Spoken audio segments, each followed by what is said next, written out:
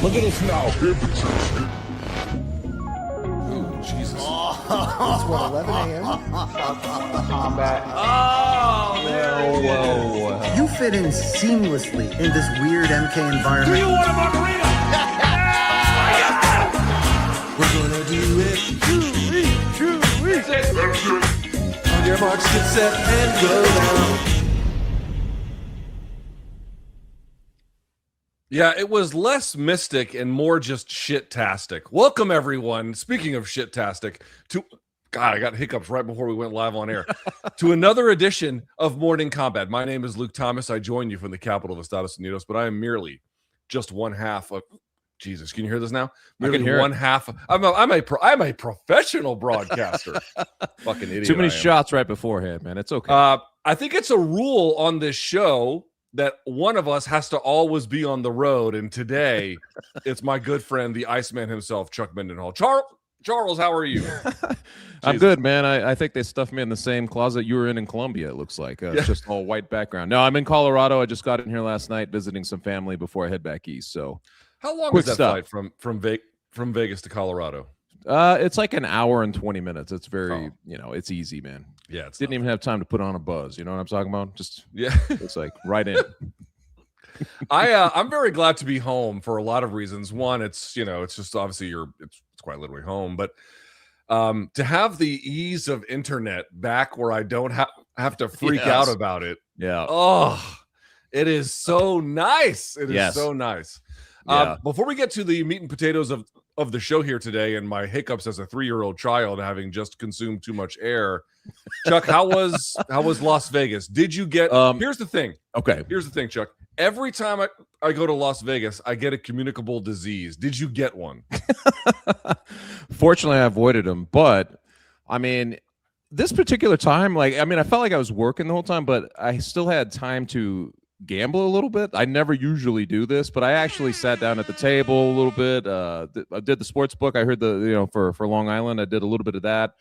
And I even played some slots, which I never do, man. So I tried to embrace that side of it a little more, and it did make it more fun. I actually walked away with some money too, so that was good. I saw that you also hung out with friend of the show, once a king among men himself, Brian Campbell. Did you tell him? Oh, yeah. Did you tell him that his new mustache makes it look like he has officially transitioned careers into a pornographer? I did say he drives a windowless van. I mean, and I will say that a lot of people were mentioning this mustache. It was kind of making its way down press row there. People talking about this. So, yeah, he looks like a perp. He looks like a 1980s reliever for the Seattle Mariners. You know what I mean?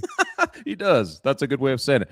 I got a chance to hang out with him a little bit at the press conference. So he was sitting there, and I went up and surprised him, and I talked to him just a little bit. But, dude, he's a big time now. He's got guys around him handling everything and kind of giving you the hand a little bit. Hey, man, later we'll talk. And we never really got into a good conversation. He's a busy man. He pays those people out of pocket. That's not real. I know. I know. But it was cool to see him. It was cool to see him. Well, we have a lot to get to today. So basically, I don't really need to set up the topics, but just for the purposes of formality, UFC 329 is going to be the entire show today. It was the entire show Friday. It's going to be the entire show today, from the main event to the earliest prelim and everything. Jesus Christ, and everything in between. So I love that it's right before the show. Dude. I know. That is like I literally right before the show, I had a sip of my. Lord! This is the goat of zero calorie diet sodas. Oh yeah. I literally had one. I cracked it when the trailer for the episode was to start, and then I had it, and now I'm like, oh, I can't breathe right. I'm 50. We're gonna let's sort of set this all up. Thumbs up if you haven't already. You can see the socials here below. You can become a member of Morning Kombat. You can get emojis, badges, and more to come. We appreciate everyone who supports the channel. Yeah, we can reach us at morningkombat@gmail.com. And of course, don't forget, July is the month of opportunity for merch. morningkombat.shop. All t-shirts have now re-released and are 20% off. That's everything from the basketball designs for those who missed it to Army of Darkness. Speaking of the root beer design, there is that one as well. And then, of course, 50% off all posters. You can do this. God damn it. Morningkombat Shop. Sorry. All right. Let's bring in the third member here of the show, who is, I mean, he's here, but whether he's here, I don't know. Let's talk to him now. It's Long on Island another Luke. level, Luke. It's you know, you go plus from 160 that he's actually here. Yeah, exactly. You go from that McDonald's Wi-Fi in Colombia to now every time you hiccup, I think your mic's cutting out, and I'm like, oh shit, Luke's mic. Oh shit. And so that's been a fun start to the show. But guys, great card this weekend. A lot of fun. You know, We got new Main event didn't really deliver, did it though? talk about and the main. I think we've got new guys for the army of donkness, right? I mean, we've got some donk That moments. is Oh, yeah, we do. Yes, sir. Main event was like, I wasn't even looking that forward to it, but I'm not gonna lie and say that I wasn't disappointed, because I think you're all a little disappointed when you're expecting a fight to take place and then it kind of doesn't really happen. But interesting, man. Yeah. Interesting times in the sport. Yo, Charles, let me show you my new toys real quickly before we Okay. go. So I was in Colombia the last couple of weeks, which again, I'm sure is no surprise to anybody who's familiar with my life. And I did a week in Bogota, where my wife's family is from, and then I did a week on the coast. This time, not Cartagena. I went to a city called Santa Marta, and they're similar in certain respects, but a little bit different. But Bogota, while I was there, dude, had a Comic-Con. Yeah. It was like the Bogota Oh, how cool. version of it. I have to say, I go into these things with very managed expectations, because I don't want to like assume it's going to be great, and I don't want to assume it's going to be bad. Right. It can be a lot of things. It was so much better than I thought it was going to be. Really? Dude, Those things tend to get so crowded in the United States, man. So what I will tell you is the thing that it clearly lacked, that like DC has one called Awesome Con. There's the New York Comic Con and the real one over in San Diego. There's a bunch of these, obviously. Right, yeah. The one thing that it absolutely lacked, and this is going to make sense, was like celebrity appearances. You know what I mean? They had some, but it wasn't like, it wasn't that great. No Ralph Macchio. He's usually at the ones I'm at.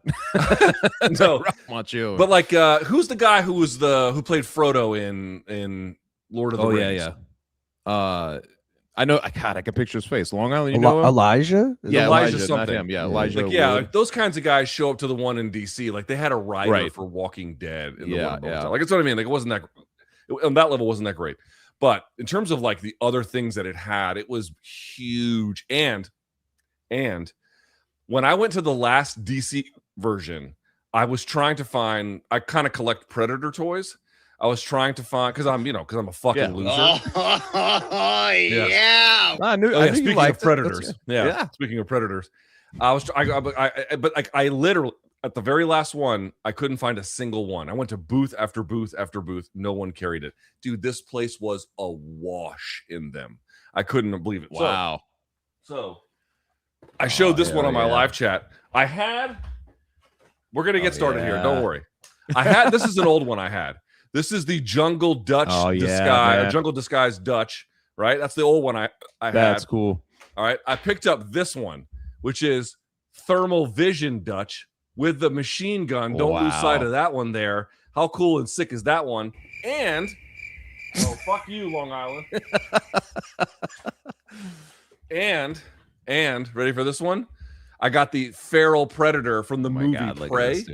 Look at this, son. Oh, that's Look cool, at man. this. Long Island. Don't be jealous. I just feel bad for Chuck having to pretend that he's interested in this. No, I right think now. it's cool. I go to the Comic Cons, man. I love to check them out. They're so busy nowadays, man. I went to the one in New York, and there's no place to sit, and you can't just take a rest. You just got to keep shuffling through with people, and it was madness. But I know we have to get started, but if you ride the subway in New York on the day of Comic-Con, it's hard to tell if the subway is just a little extra weird or if Comic-Con is there. You know what I mean? I saw that 100%, man. All right. Enough of that nonsense. Okay. We're done. Let's get this started. It's an all UFC 329 edition. So let's begin. Topic number 1. Where do we even go with this one? Conor McGregor makes his return, but the main event goes just 69 seconds. You can see here. He injures his knee on basically the first strike he attempted, which was a jumping scissors kick. He repeats it, and he obviously is hobbled and can't do anything. He's on his back eventually after the second one. You can see at the top there. I think Max landed something like 11 or so punches. He gets back to his feet, Conor does, but then he's limping, and referee Mike Beltran waves it at, again, 69 seconds. Chuck, Conor McGregor is going to be 38 years of age tomorrow. Tomorrow he will be 38. So let me ask you, what is the significance of this loss? Is it just another loss? Is it a bad loss in some kind of way? Or is there a greater significance and meaning to what happened on Saturday? Oh man, I think that there's a greater significance in terms of the hysteria surrounding him. And as I was, in Vegas for fight week, and you're watching, this whole thing stir up again. We've been through it a lot of times. I think we were adding asterisks to it and saying, like, let's wait and see. There are a lot of unknowns, a lot of intangibles, a lot of things he's trying to overcome here. But people buy it, right? Like, they buy into this. I had people that didn't realize I worked in MMA that would just fall into discussions with you and tell you all the reasons why Conor was going to win. And I mean, like, this is the thing that is, I think, lost now, right? Is you get a big event where that maybe there was a new faction of fans who are seeing him really for the first time, are really soaking it in, especially in Vegas, like the McGregor experience. And you get that kind of anticlimax. I just don't know. I mean, it feels significant in the sense that we'll never get the Conor McGregor vibe again. I felt like this was the end of it. When that happened, right? And you could see his knee giving out, and it's slowly dawning on people what's happening. And they get back up, they separate, and he tries to move forward, and his leg buckles, and Beltran comes in. I've never felt the room just kind of like the energy just nosedive like that. There was a party going, because Paddy Pimblett, remember, he leaves the place lit, like everybody's dancing, everybody's like, the music's pumping, and these walkouts are crazy. But for it to end like that, man, was seismically anticlimactic. And you mentioned it. He's 38 years old. If it's an ACL, and I don't know if we got official word on this, but whatever that, if it ends up being that, you're looking at least 39 years old before he comes back. And I just don't think you can recapture that. And part of what this whole thing is about is Conor's mystique, Conor's ability to draw, all those things. I think that those days now are bygone, all in one fell swoop. I don't disagree, but I think I would go a little bit further. It's been pretty clear to me for some time now, years, I mean, I would say, that the Mystic Mac thing is done. But I think Saturday was the funeral, right? Mm-hmm. I think that is now completely, utterly put to bed. And the reason why I think this is important to say, Chuck, is, again, there's going to be people who watch and say, well, yeah, like, of course, it's been dead for a while, which I'm sure you have felt and recognized, and I have felt and recognized. For the people who were around during his ascendancy, it's just hard to say, like, what is happening now is so divorced from that. It's just bonkers. Like, there's no symmetry between them at all. So I understand that point. But to the point you raised, Chuck, there are people who are aware of Conor's celebrity, who have come to the sport, let's say, since the pandemic, who have been waiting to see the magic show themselves, who have been waiting to see what this Mystic Mac thing is all about. And I'm here to tell you, it's never coming back.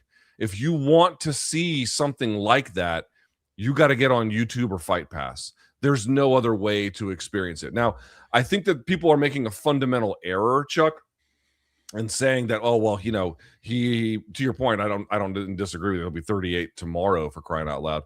He may not be 39 until he comes back again, right? It's very, very possible. Mm-hmm. I mean, who knows exactly? Because if it's an ACL tear, it could be a long time. If it's a meniscus tear, maybe not as long. So we'll have to see. But let's just take it as a sort of a general rule or a loose guide that he won't be back till 39. Even if there is a comeback, and there will be, and he still will be a big box office draw, and we can talk about that in a minute. But the idea that you can just conjure up the kind of performances that create real-time magic, that is finished. That is, it has been, I know it's been finished for a while, but now there is simply no denying those days are over. They have been over, and there is no coming back to that. He is now just a 38, because it's tomorrow, a 38-year-old fighter who is, in my opinion, Chuck, broken, old, enfeebled. out of practice, and he may win again, and he may have some big fights again. And I want to get to that in just a minute. We'll talk about it. But the Conor McGregor that we have in our heads, in terms of the fighter at least, who was larger than life, is fucking finished, bro. Over and done, never to return. And to your point, man, it had been that, right? We saw the Dustin Poirier thing play out. If you thought that the Mystic Mac thing still existed, we would have seen it then. We did not. The only reason that this one sort of took on a different meaning is because he was trying to do something that, okay, now you're playing into a Mystic Mac because we're putting him into a situation where we wouldn't believe anybody could win in, you know, coming back from 5 years away, broken leg, all the different things that were surrounding him going into this fight, and also fighting a very viable guy in Max Holloway. And you're like, if he's able to, like, it almost fed back into the narrative of the Mystic Mac thing, right? Because you're like, if anybody can do it, it would be him. So people start to generate and regenerate this kind of feeling of aura that he's going to bring in. And maybe, you know, I heard so many people all week that just really believed he would find that way, you know, that he would find the way to like to do something, and we'd be like, see, he did it, and we would be celebrating this thing again. There's a Kool-Aid thing that goes on with him, man, and I mean that part is certainly gone. I think that you know, it was almost karmic, wasn't it? Like, just from things that were going on for him to, you know, be Holloway's daddy and all this stuff, and then like everything that was going on and all the things he was saying and professing, and he goes up and it all goes up in smoke on the very first thing he does. I had somebody real quick. I heard, like, I was like, is that the biggest backfire? Because obviously he's trying to show that he's not Chris Weidman or one of those guys who was very guarded in how he was going to use his legs. He wanted to kind of go out there and use his legs right away, and it fails on him. I'm like, is this the biggest backfire we've seen in a fight? Where somebody does something like this. And the only one that comes to mind that somebody pointed out was the Ben Askren, you know, rushing across to Masvidal, right, and gets flattened in 5 seconds, that type of thing, backfiring on him in a big way. But to me, this was right up there, if not the most, you know, like, in terms of a writer, the storylines of, like, you're trying to show one thing and you actually, you know, hurt your leg trying to do it. It's just like, oh, the irony of that is too rich, man. So I actually feel like the better well, it's hard to compare eras. Yeah. But Chuck, the one that stands out to me is, you know, anticlimactic main events. You could point to, for example, Andrei Arlovsky sleeping Paul Buentello, because he hits him with a shot, and in real time you can't see it, and Paul Buentello just falls over, and everyone was like, cut. Yeah, I like that. Everyone was like, well, what happened here? But the real one to me that stands out is the Vitor Belfort Randy Couture fight. Because I think it was, I'm not even making this up, someone can double check this, Long Island, if you can. I think it was like 45 seconds into the round, and then Vitor had made a fist, and then the glove catches the eyelid of Randy, and it tears his eyelid off of his eye, and they have to stop it right then. And then Vitor becomes champion for a little while. So it's this, you know what I mean? Dude. But here's the thing. The reason why I think that comparison is more apt is because it was sort of, I mean, it's an injury, kind of a freak one, but the Conor one is separate from that for two reasons. One, this is self-inflicted. I don't know if I've ever seen a self-inflicted injury unrelated to contact with anything other than the floor in my life. And second of all, obviously Conor's level of celebrity and size, you know, in terms of what a box office attraction he is, makes this, you know, the stakes of it and the scope of it so much bigger that honestly, dude, I actually think this might be the biggest backfire in MMA history. And I hate doing that because, you know, everyone just kind of does, what happened most recently is the biggest. But I think this one actually might be. Well, and I mean, that's why I brought up the Masvidal one, because that was 2019, and it kicked off like the cult of Masvidal, because not only does he achieve that, but now for that whole year was this victory lap of the biggest money he ever made, the biggest celebrity he ever achieved. He became like one of the biggest stars of that year. That's why that Ben Askren was such a big, you know, such a crazy swing moment in the careers.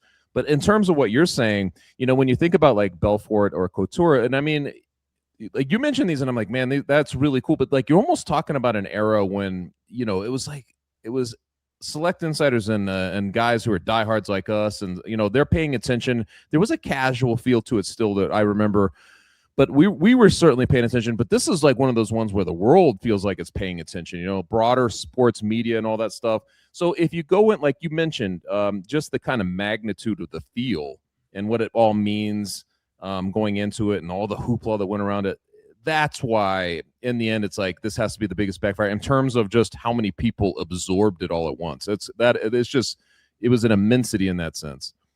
Let's look at some of these tweets from Conor, because I want to ask you about something about this fight. So he's had more, and by the way, he had one today where he indicated he's going to get surgery. He did not, to your point, Chuck, he did not say what for, but some kind of surgical intervention is necessary. But up top he says, this is the one right after the fight. He says, my head gasket is gone, destroyed. I had no injuries going into the fight. I was throwing kicks, planted and jumping all throughout camp as well as backstage before the fight. This came out of nowhere. I am beyond dark here. I can only describe it as hell. He continues, I was so sharp and so ready for this fight. I cannot believe what has happened. The talk of me being off while walking into the fight is nonsense. I was calm, ready, and confident. I am in shock what has taken place. The devil... Sorry, it's hard not to laugh at some of this. The devil is literally staring at me right in front of my face here. I am not engaging. I will be at church tomorrow. Yeah, I don't care about none of that shit. All right. Let me just ask this question, though. There is a lot, and I think we just kind of have to take it head on. There is a lot of speculation, fair or unfair, but that it exists is real, the speculation anyway, that he came into this fight injured. What do you make of the arguments, visual evidence, suggestions, any of that he came in here compromised? Now, are people primarily pointing to him taking off his shoes, as he's getting into the cage? Is this what we're like? Is this the big indicator? Let's bring in Long Island for this, because I think it's important to inventory everything I've seen. So Long Island, if you've seen something I haven't, let me know. So one is the shoes. Okay. To me, that's the least compelling of all of them. Right. I find that to be not very well. Like you said, it's like a guy getting towards 40 doesn't slip off his shoes as easily. I know. It's like, bro, you should see me take off my shoes. It's much worse than that. Yeah. All right. But such that people are pointing to it. That's one. The other one you're seeing is a video of him taken during the week showing up to a pain clinic. Now he's walking into the pain clinic, but seemed to be fine, but he's clearly looking for some kind of, at a bare minimum, Long Island medical evaluation. And then there's this idea that well, listen, if he was injured, number one, he's got an incentive to keep going. Cause what did he make for this fight? 20 mil or more, maybe, who the hell knows? Right. Yeah. Maybe even 30 mil for something like this. So he's got an incentive to go see it through. More to the point, can you imagine if Conor was so fucked up that he wanted to pull out of the fight and UFC was like, well, we just sold $26 million at the gate. Like, no fucking way we're doing that. Again, I'm not declaring that these things any of them are true. I'm simply saying this is what has been contributed to the conversation. What am I missing? And what do you make of that theory, Long Island? I don't think you're missing anything. I think you nailed the three instances, we'll call it, which is putting the shoes on, the video earlier in the week of him going into the clinic, and the third, I'll say, is him actually throwing that fucking kick in the fight, and what they showed on the broadcast, essentially. I feel like the video of him going into a pain clinic does nothing for me. That fighters have pain throughout what I'm going to. You saw the cupping marks on his neck too, like on Friday. It's like, okay, maybe that's where he was going to get the cupping done. I don't know. That means nothing to me. The putting on the shoes, I don't think that's when he blew out his knee. But I'd argue that maybe he tweaked it there, and then in the fight, right when he lands on it, is what, now I tore my meniscus or whatever. And I do want to point out that doctor, that sports doctor who always makes those great YouTube videos, Brian Sutterer, I think is his name. Yeah. He, again, he obviously didn't examine McGregor, but just watching the video, he points to meniscus rather than ACL. What he said, yeah. And I do trust his opinion, so I feel he's been right most of the time. So I feel like we're leaning meniscus here, because he points out you don't see the calf jolt forward when it lands, which is what you normally see with an ACL tear. But I don't know, man. The whole thing is interesting. I do think 90% of it happened in the fight, though. Maybe that 10% was putting on the shoes, but I do think it was so much to it. Related. There's so much to it as you start to think about it, because you're in a strange way. Let's just advance, some time here, right? Is it better in a sense that if he goes in there and just gets smoked, he's outclassed, this would look really bad. But now that you could actually say, in the end, well, I was injured right away, I never got a chance to go. I mean, you could still spin this, right? You could still try To an extent, I mean, from the thing we're saying, like, which is you're an old man and like you're never going to recapture that magic. That's what thing. He's not going to be able to do that, but only in the sense of saying, like, building a viable, kind of understanding that, hey, I never even got a chance to fight that night. I could guarantee you that can be spun again. I'm just kind of going through it as we're talking about it, but I'd heard somebody say that he's been in, and somebody kind of who knows the camp a little bit was saying that he might have been in more financial straits than we realize, and that's one of the reasons. So if he were injured, he was going to go through it anyway, and this was before, honestly, like this was before we even saw all of that. It was before the fight that they thought this. So you could take this for whatever that is worth. But, I think there's just so many, it's going to lend itself to conspiracy theories, right? And until Conor tells you exactly what went on, I guess we stand by, right? Yeah. I mean, two things I want to say about that. One is, I don't know if Conor's having financial troubles. I've never heard anything. It's all speculation. This is just somebody who's been around the camp a little bit, and this is their speculation, So let me just say that if that is true, right? If that is true, can you fucking believe we're less than 10 years past Mayweather McGregor, and both Mayweather and McGregor, again, assuming that information is true, would both be financially suffering? Because you can't. Well, Dude. Luckily they're making the rematch in Zuffa Boxing, according to two insiders that we know. Which two of the weirdest fucking tweets I've ever seen in my fucking life. I haven't spoken to either of them. I don't know what the fuck that is. But just sticking with this for just a moment, because I want to make this point before I forget it.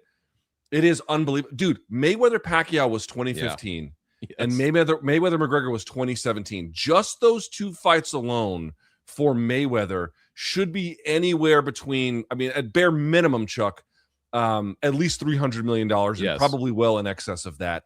And he is facing felony charges for all different kinds of financial crimes. Meanwhile, again, under this idea, again, we don't know if it's true or not in the case of McGregor, but that he could have need money to do this. You can't fucking believe what some of these guys do to their own fortunes along the way. It really is so shocking. But let me make one more. It almost seems impossible to blow through that kind of money. It seems impossible. Dude, if I had $100 million in the bank, you motherfuckers would never see me again. Like, I would change my number. I'd move to the middle of nowhere, and you would never hear. I'd be like Enya with her cats in an Irish castle. You just don't hear from me at all. We'll be doing things like, remember when Luke Thomas was in the space, man? That was those are fun days. People really liked him. I forgot what the other point was. Oh, I do think that Conor, I mean, again, this is a point that I think people get wrong, that Conor he suffered aura loss. I mean, he did, and I want to make a point about that in a minute. But having watched the fight game long enough, if you're a really big name, even as you decline in terms of your box office attraction or ability, or however the two may line up, it goes much slower than you think it does. Actually, yeah, it does. I mean, Muhammad Ali, nobody mentions the Berbick or the Holmes fight really that often anymore. I mean, that's before your time, before my time too. But I'm saying, like, how that ended, and he had aura that grew for years and years out of that. It's crazy. So like, the point is, like, again, Kimbo Slice is the biggest star that Bellator's ever had, and Kimbo, I think, died while even under Bellator contract. You know what I mean? Like, yes, he was close to death's door during that time. Conor's still going to be a big star, but I want to say this. The fact that the Irish didn't travel for him this time, and again, I think this is all related to the sexual assault case, but it probably could be more than that. But certainly that is a major contributor. Mm-hmm. It changed how everybody viewed him. Like, dude, even Max after the fight was like, "Hey, let's give it up for Conor," and it was like, yeah, I know. I noticed that big time. It was a smack, dude. I know people were disappointed, but yes, you're right. I think it all plays in. It all plays in. Like, did you feel something? You've been to other McGregor fight weeks. Did it feel different to you, either before, during, or after, relative to those previous experiences? I mean, in the past, and I mean, it's kind of difficult because now we're in the central aura, right? Like that era when he was fighting Alvarez at MSG, and it's getting legalized. There was other parameters, right? Like, it was MSG, New York was now legal. You have, Conor McGregor. I can remember that particular one trying to do a preview show, and a sea of Irishmen just come over there and like bombard us, and we never got it taped. It's like it just carried you out of there, and that was kind of that. I remember being in Boston where they're dropping the lights on this guy in a second UFC fight, and there were the Boston Irish, but there were the Irish, and they were just all over in song with flags. There were people in leprechaun costumes. It was like nothing I'd seen. But then you go to that Mendez and those Aldo fights. I've been there for all of those, and it was just like there were so many Irish in the building. And it was, I remember, I think it was Thomas Gerbasi, the late Thomas Gerbasi, saying the Irish have arrived at one of these events because you could hear it was during one of the other, like the earlier fights, you could hear this song traveling through the corridors, as they were coming in. They were all coming in at once from the pubs or wherever they were. And it was just such a different experience. This particular one, I don't think I actually, other than a few Irish media, and I'm talking very few, like maybe 2 or 3 that I was able to recognize and know that they were there. I didn't really see the Irish media. And then as far as the fans, I talked to a couple of them who I saw with the tricolor, and you're thinking, these are the Irishmen who came over, and you talk to them, and they were not from Ireland, but they just were carrying the flag, So it was a completely different vibe that way. Usually when he's at a press conference or the weigh-ins and that type of thing, that's when it whips into this frenzy. I thought it was a nice vibe. It's definitely like a big feel, but it was not like a McGregor fight. It just did not have that sense of abandon that we're used to. It's so strange, like, don't get me wrong. I think the guy deserves to be brought down several pegs and then more by virtue of his, run-ins with law enforcement, and in particular the sexual assault case. Like, he is a loathsome figure in my opinion. But it's very strange, like, which ones in MMA the fans really react to and which ones they don't. Yeah. There are just certain guys that are allowed, and it's not just related to popularity either, although that obviously can be a big one too. But I will tell you that, like, I feel like the Irish were something of a linchpin for him, that both were like, they were both the pep rally squad, firing everybody up, but also just kind of signaling this greater significant movement.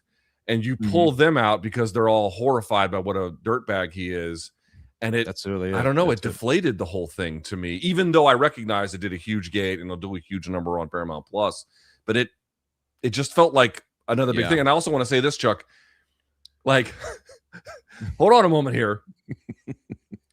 Hamzat loses. Yes. Poatan gets stopped. Ugh. Ilya gets stopped. Brutal. Connor gets stopped. Yeah. Now, Islam is next month. That's it. Islam's next. If I'm Islam, I'm like, okay, wait a second here, But I just want to say, like, if you think about that White House card, obviously the White House card or the event by MMA terms, I mean, to me, I think being party to authoritarian fascist is a bad look for MMA, but I recognize that as an event, from a production standpoint, it was a big success. It obviously had huge numbers, and the fights all delivered. I'm not blind to that fact. But to me, like, the Conor McGregor decline, Chuck, and I wonder if you had some thoughts about this.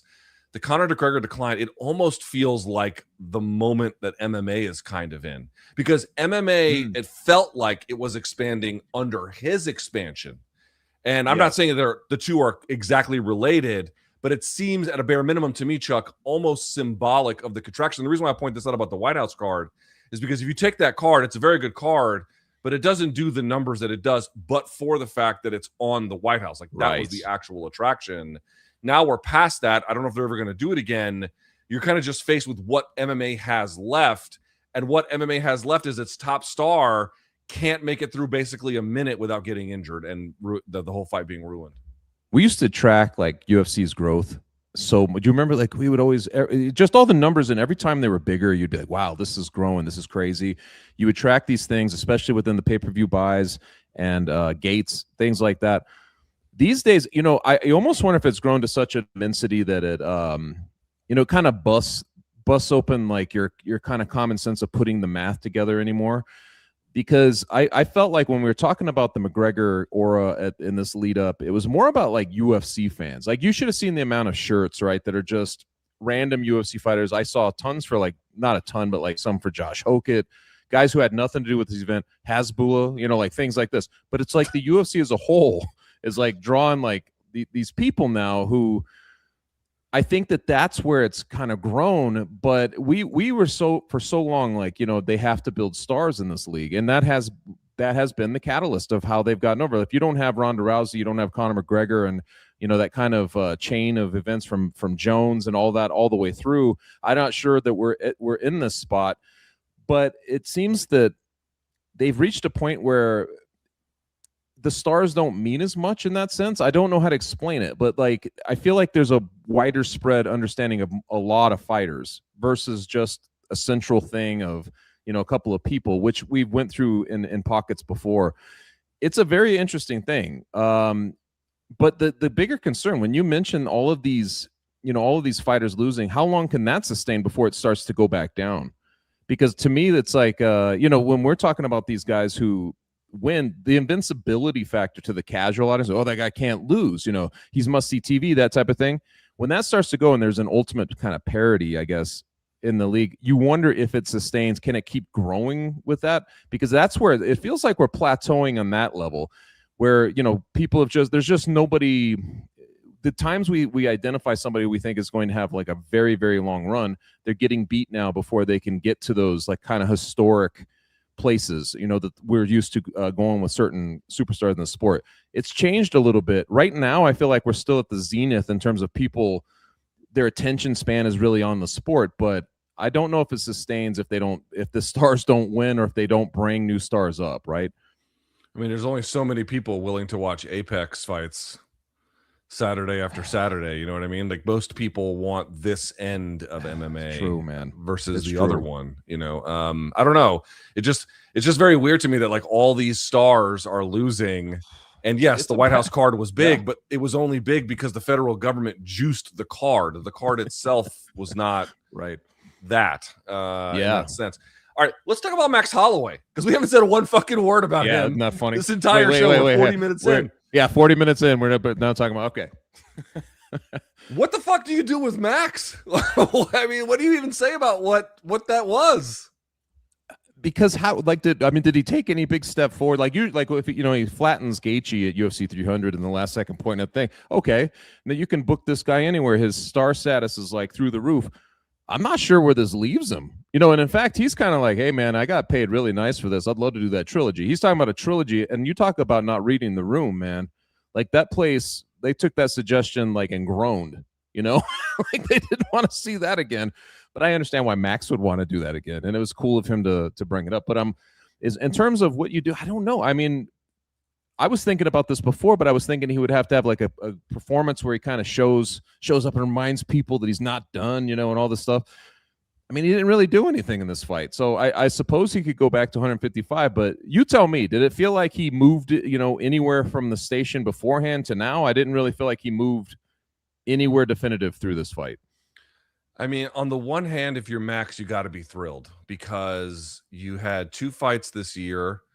One didn't go great, right. But there was at least for a title or some kind of a title anyway. Mm-hmm. And then the other one was against Conor McGregor, and I suspect that this one was a big payday. He took no fucking damage. You know what I mean? Condition, yep. Like you got to feel great about that. At the same time, to your point, it's like, but like, what are we doing now? Right. And I also got to say this too. Like, I usually feel like Max is really actually. If you go back and you watch Max, I feel like when they put a microphone in his face afterwards, he's either one of two things. One, he's either kind of funny and insightful, or two, he just, is, hey, it is what it is. I'll be back. Like very, very matter of fact, doesn't say the wrong thing and moves on.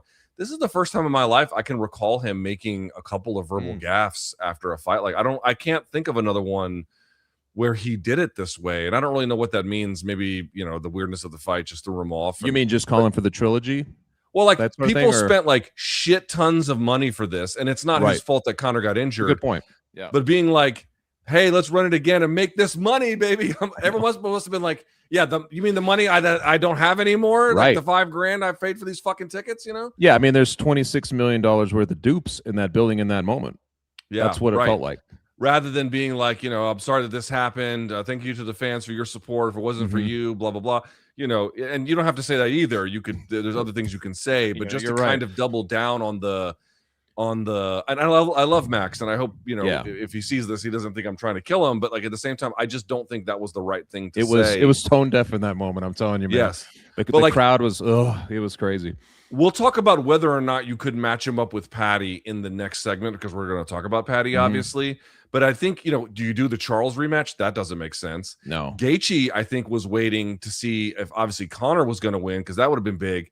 Does Gaethje really want to run it back with Max? I mean, I would be cool with that, but I don't know if he necessarily wants to see that. And then you start looking at the rankings below him. You know, it's Gamrot, it's Quillen, Saul killed. He's not. They're saying Roofy or Hoofy. Oh yeah, Roof. Yeah. He was there. Yeah. Okay, but does like Max again? Would I like to see that fight? 1,000,000,000%. Sure. But Max coming off a McGregor fight, does he want that one? I don't know if he wants that one. I just feel like even if this had gone perfectly, like let's say McGregor didn't get injured and Max finished him in a minute, we're still having this conversation. It was a fight that took place at welterweight with a guy who hadn't fought. No, but I think it's different. If Max went in there after getting handled by Charles, right, which he did, and he looked authoritative and strong, and he put Max or Conor face down, we'd be like, holy shit, dude, you really got to make him get another title. Like there would be clamoring to put him back to the front of the line. And now we're like, well, we don't really know where to put him. Maybe it's just because Armin is still sitting there, but I'm like, no matter what, he wasn't in my opinion, he wasn't getting the title shot off of a win here. So that's why I said Roofy. I feel like that's a nice, like, you beat Roofy now you can get the title shot. You've earned it. Like, just a strange one, to be very, very clear. So there's a lot more to say about this event and for Conor and the UFC, but I will say this: historic in all the wrong ways. Right, is probably the right way. It almost feels like for Conor, it's going to have to be almost like the Rousey thing now, right? Like you're just like, I don't know. It's got to be something like for him in his mind. How can I go out on a better, like if he, I'm not that he's going to go out, but like he wants to put himself into a better note again, you know, like, and that's going to be tougher and tougher to find unless you book him against Chandler or Diaz or something like that. I just don't know who's out there in that sense. I have seen, I saw Chael do this, but now I've seen other ones do it. So he's not the only one suggesting that, you know, actually there's a few different competing versions. So Chael had one version. This is a similar but different version, but it goes something like this. Okay. That Conor, that UFC doesn't want to sign Conor again. He's got one fight left on his deal and they don't want to be back in business. And I've seen people say that that's a silly suggestion. And I'm here to tell you it absolutely is not. Like that is, I guarantee that is true. I guarantee that they have no desire to deal with him after this deal. And more to the point, it doesn't even matter, Chuck, because Conor wants out, because he wants to go to Netflix and make a bunch of money. And I've got that on some pretty good authority, right? Like that is absolutely the game plan. Now, how quickly he can get there and what that looks like. And by the way, what fights they give him on the way out, I also think is kind of interesting to see here as well. But people suggesting that like, oh, they would never want to get rid of their biggest star. Dude, look at this fucking guy. Look at the state of him. When he's not competing, he is having a hard time staying out of handcuffs. And when he does compete, he can barely be ambulatory because he is constantly getting injured. You like whatever the best of Conor was, there might, again, I'm not suggesting there won't be another big fight or another big win for him in the future. In fact, if he goes to boxing and, you know, he's fighting whoever the fuck, probably will be another big win, right? Yeah. But like the MMA side of things, dude, the show is fucking over. The show is fucking over. And UFC has to know that. And they don't want to pay him a bunch of money for, especially if competitors going to pay him a bunch of money. What I do think is true is they're going to make him walk over fucking broken glass, right, to get out of there. Well, yes, I know, because we were talking about this in Vegas a lot, and people are like, "Who, the Paddy and all this stuff," and I'm like, "Well, a lot remains to be seen." But if he really is going to leave the UFC, there's no way he's fighting some guy that's, you know, I mean, they would want him to go against a guy who. Shavkat or somebody who's going to like just walk through him, you know. That's what they want to send him off broken more so than he is, right? Like they want to devalue him. That's what they would do. That's just the way they do business. They've always done that. So dude, they did it to Andre Arlovsky, 100%, former champion. 100%. He was a former champion that he wanted to go to Affliction to go fight Fedor, and they're like, and he actually turned the tables on him. but they were like, oh, you're going to fight Jake O'Brien. And at the time, Jake O'Brien was like this marauder who was beating a bunch of dudes. And it just so happened that Andre won. But dude, they put him on the prelims against the Terminator on purpose to make him lose. I remember that. I remember that whole dissension in the air for that era. All right, but with that in mind, for it's a lot of talk for a fight where really nothing happened, which is kind of strange. Yeah. Let's move now to topic number 2, which is the co-main event. Now, here's the funny part about that, Chuck. The co-main event was shorter than the main event, but there's actually a lot of fighting to discuss here. How about Paddy Pimblett, buddy? Look at this choke. Awesome. I asked a bunch of black belts what they would call this choke. First of all, I want to say something. I contacted, I would say, how many did I speak to? I contacted more, but I spoke to 3 high-level black belts, world-level black belts, okay? And what they all told me was that this choke was awesome. Like, every single one of them had huge enthusiasm for it and really respected Paddy for just how fucking ice cold the whole thing was. That's what they're calling it. They're calling it different names. It is technically a Darce choke, but it's got a weird setup because he throws his legs over the top. You'll notice it starts. Leave it up for a second. It starts out as like almost like a guillotine, and they go to the ground, and BSD tries to roll to his back and then come all the way over the top. And then Paddy stops him with that arm, the right arm that you see there that ends up being the choking arm. And then he locks it up. And then you can see he puts his legs over the top. This prevents BSD from really being, it just immobilizes him essentially. So some people are calling it the padlock. I saw Craig Jones call it, what did he call it? Oh, the Scouser lock. In any case, Chuck, I like that. It is fucking ice cold, brilliant. I know that there is the BSD equation. And buddy, I can't wait to fucking hammer him over the head. But we got to start with Paddy because he's the winner. And frankly, in my opinion, Chuck, the biggest winner of the entire card. So let me ask you this. Following that Justin Gaethje loss, and now with this performance, just how good for his stock was this? Big time, because the discussion going into this was you start to do that revisionist thing, right, where you start to look at like the past opponents. Who does Paddy actually beat? He beat King Green, he beat Tony Ferguson, he beat Michael Chandler, right? Like he beat these guys who are all well on their way out. They had some name value, but they were definitely long in the tooth, right? And so this became the fight that you say, okay, he loses to Gaethje. If he belongs anywhere near the top 10 or the top 5, let's say, he'd have to beat a guy like this. And we have Saint-Denis has like shown, like he's done the donk thing. We've seen this in the past, but he's also looked pretty good the last few times out. Like he's on a nice streak, and you're like, maybe this guy's turned, maybe he's turned things around and he's going to make his push. Because I thought there was an early point when I thought that he could be a champion. So to me, this was like, okay, Paddy, you're going against a guy where there's huge doubt. You're an underdog in this fight. I think a lot of people think you coughed up all of your charms against a Gaethje and you still weren't able to get it done. That spelled a lot of doom. But to go in there the way he did, treating it like he was rolling up to the discotheque, like just kind of coming out there and dancing, getting everybody riled up. And when he cinched that, when he locked in that choke, that place got electric because you could see it perfectly right when he locks his arms and it starts to turn and all that. You could see this. Everybody knew what they were watching. And that's unusual in like a jiu-jitsu thing. Sometimes you kind of have to see an angle, but on the big screen, you could see exactly what was going down. The place went crazy. They lift up BSD's arm and it falls down, and dude, you should have heard it. It was like, it's one of the more eruptive moments I can recall in a fight like that, because that crowd was just glued to it, man. So I think that he was the big winner of the night. He stole the show. And I guess if you're looking for like an aura baton, right? Like Paddy did a pretty good job. Like if you're trying to find the next guy that they can get behind and promote, like he did a very good job and he seized that moment. I mean, for me, Chuck, I don't disagree. I mean, the aura baton's a good description. I actually really like that. That's a good way to think of it. But the other thing to me, Chuck, is like, people are going to say, hey, how much of this is BSD just fighting like a fucking idiot?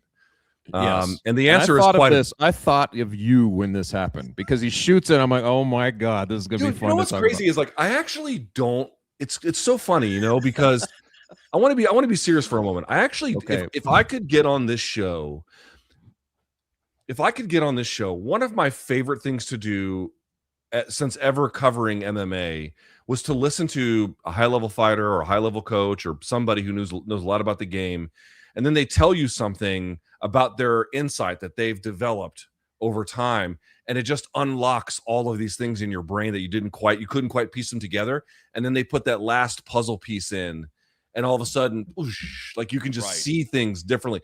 That's actually my favorite thing in the world. My favorite thing in the world is getting that missing piece of information from somebody who knows much more than me, and it just completely broadens what you're able to understand. And so if I could have a relationship with everyone in the fight game who competes or coaches in that way, I'd be happy to keep it that way. Mm-hmm. But the reality is, dude, you cannot believe in the UFC how many guys fight like fucking idiots that you just can't. True. And good ones too, like in other respects. Like no one thinks BSD doesn't have skills or that Diego Lopez is not a dangerous fighter. He obviously is a very, very, very dangerous fighter.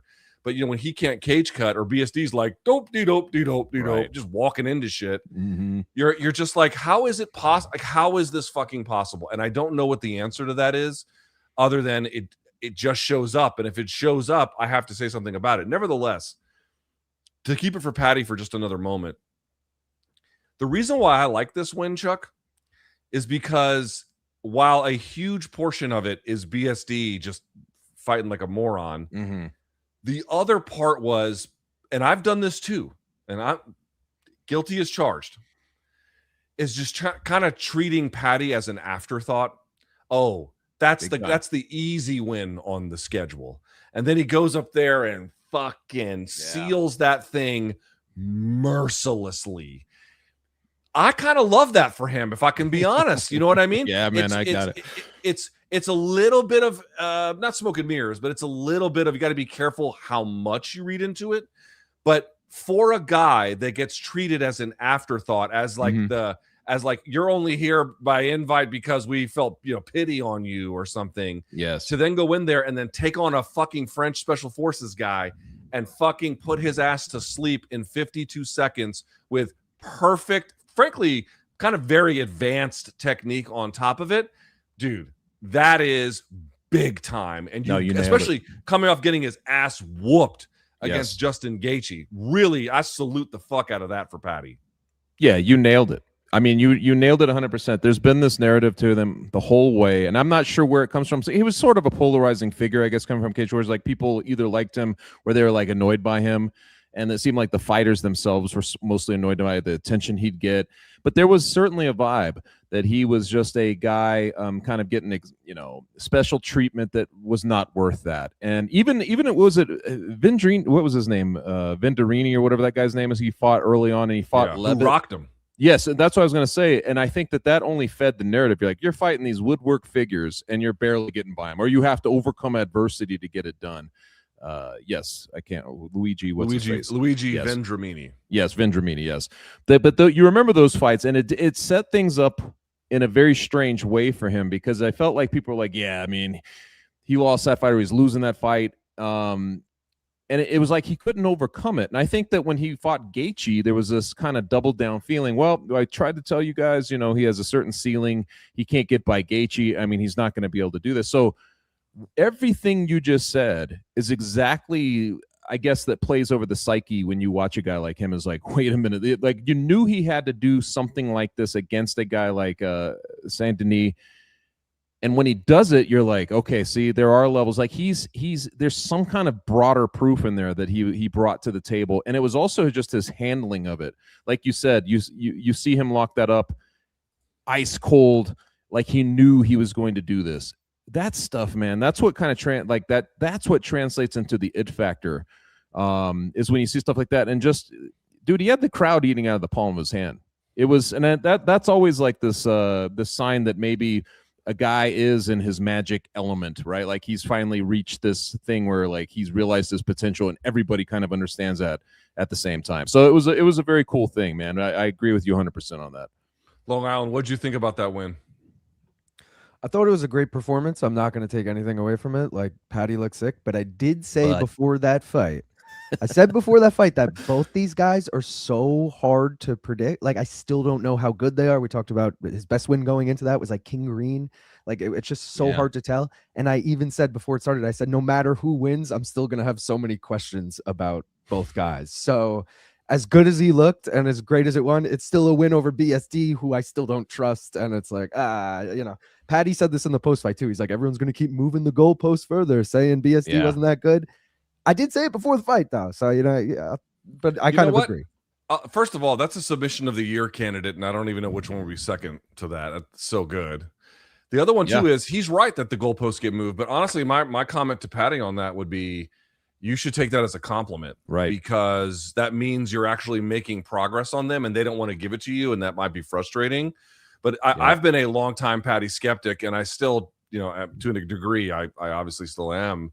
But I will tell you, I really appreciated what he turned in on Saturday. I thought that was, for everyone to look at you like you're the meal on the roster and then to go in there and fucking face down him with brilliant technique like that, mercilessly. Dude, you have to respect that. I don't know how else to say it. Like, you absolutely have to respect that. So let me ask this question then. Yeah. Max didn't have a fight. Paddy barely had a fight. Do we just put them together? Oh man, I hadn't really contemplated it. Yes, to an extent, I guess that would make sense. I mean, well, I guess it'd be. I always used to, and I mean, maybe this is just a bygone night. You'd always think like, do you want to kill ahead of momentum by doing this? If you can put them into fights that market, but I just don't think the UFC does things like that anymore. I don't think that they really consider that. Like, they may actually look at the timing of this and be like, hey, why not do this type of thing? For Paddy, though, would you do the Ilya fight, man? I mean, like, okay, so we're having this whole discussion that you're like, yeah, but Paddy belongs nowhere in that, scenario. Like, there's no way he should have that fight, and he would get killed. Does your mind change now in terms of like the fascination of what might play out in that fight? You know what I mean? And B, is it merited to do that at this point? I think the Paddy and Ilya fight is the only fight to make. Yeah. They're as good as that win by Paddy was. What you have to ask yourself is not how much did it convince you or me, but how much it convinced UFC. Like, does the UFC think that they've got a guy there that's worthy of, being, well, I know he fought for an interim title against Justin, but up the food chain and couldn't be a champion in this organization. I mean, maybe they do, maybe they don't. But I just feel like you've got Ilya's stock has quite literally never been lower. And then Paddy's, I mean, it's a question of how high it's been, but certainly to your point, Chuck, it's been massively restorative by virtue of this performance. And also, this is the other part too. It's like Topuria was made to look beatable, and not that Paddy was made to look unbeatable, but Paddy was made to look like dangerous. Like, like, if you don't take him seriously, you will fucking pay. Right. Like, that was the lesson of this fight to me. And they've got beef. Like, yeah, I don't know how. That to me just seems like obvious matchmaking at this point. It's not apples to apples, but if you look at Ilia Topuria, he's 9-1 in the UFC, right? Like, he's 9-1 in the UFC, and I think he has 7 finishes. If you look at Paddy, he's 8-1 in the UFC. He has 6 finishes. Now, obviously, it's not apples to apples because who Ilya's been beating is a lot different than who Paddy's been beating.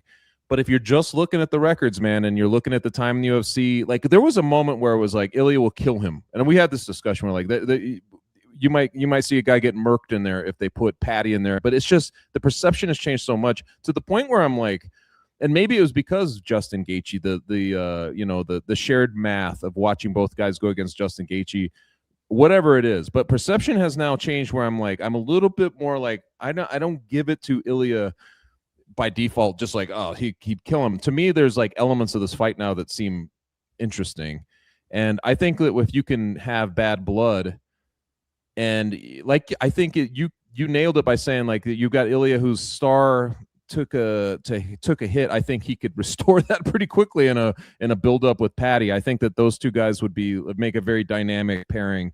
So I'm with you, man. I mean, I just don't know if you get a better opportunity than this. And with Paddy where he's at right now, man, I think he's kind of deserved a shot like this. I don't disagree. Now, Let's talk about BSD. This fucking guy.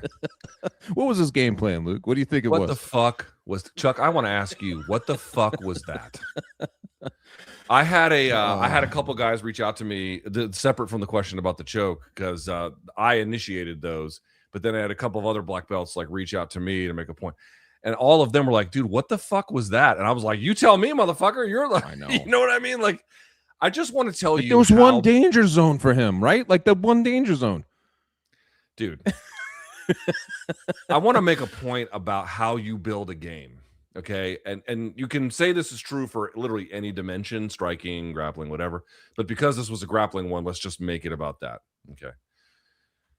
Dude, I can recall from my earliest days in jiu-jitsu and wrestling, which was there might come a time when you go up against somebody who you just can't beat and they can't beat you. And you might just have to kind of use force as the one thing left that, you know, you can bring to this when everything else fails, right? There will be an occasion where you might have to resort to that. And you should not lose sight of that. People sometimes, they just want to have these fully technical games. And if the technical game doesn't work, they don't bring the intensity that they might need that can be a little loose and a little forceful and you know, if misapplied, cause problems, but it can also sometimes be the difference maker. Okay, I want to make sure that I say that.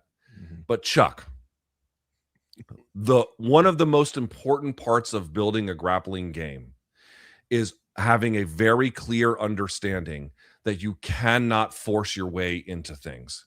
You cannot make it as a matter of routine. And you cannot make it as a matter of your leading offense in exchanges, right? This is the first fucking... It wasn't like this was round... Well, there was a 3-round fight, but it wasn't like it was, you know, the third minute of the third round, Chuck, where he's like, well, shit, nothing's working. Let me just plow through and see what I can do, right? No one's sweaty. Fucking, you know, obviously Paddy was not, by BSD, not taken seriously.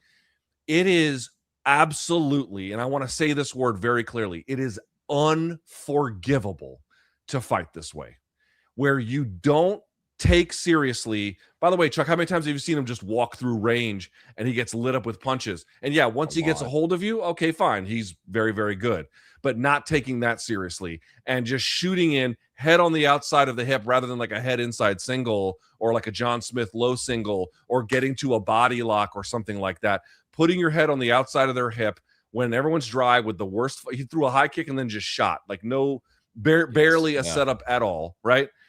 You cannot fight that way ever if you expect to be good or maximize your potential or get to a title. Dude, literally, and I'm not joking when I say this, white belts are discouraged from doing that because they want you to build technique to solve problems.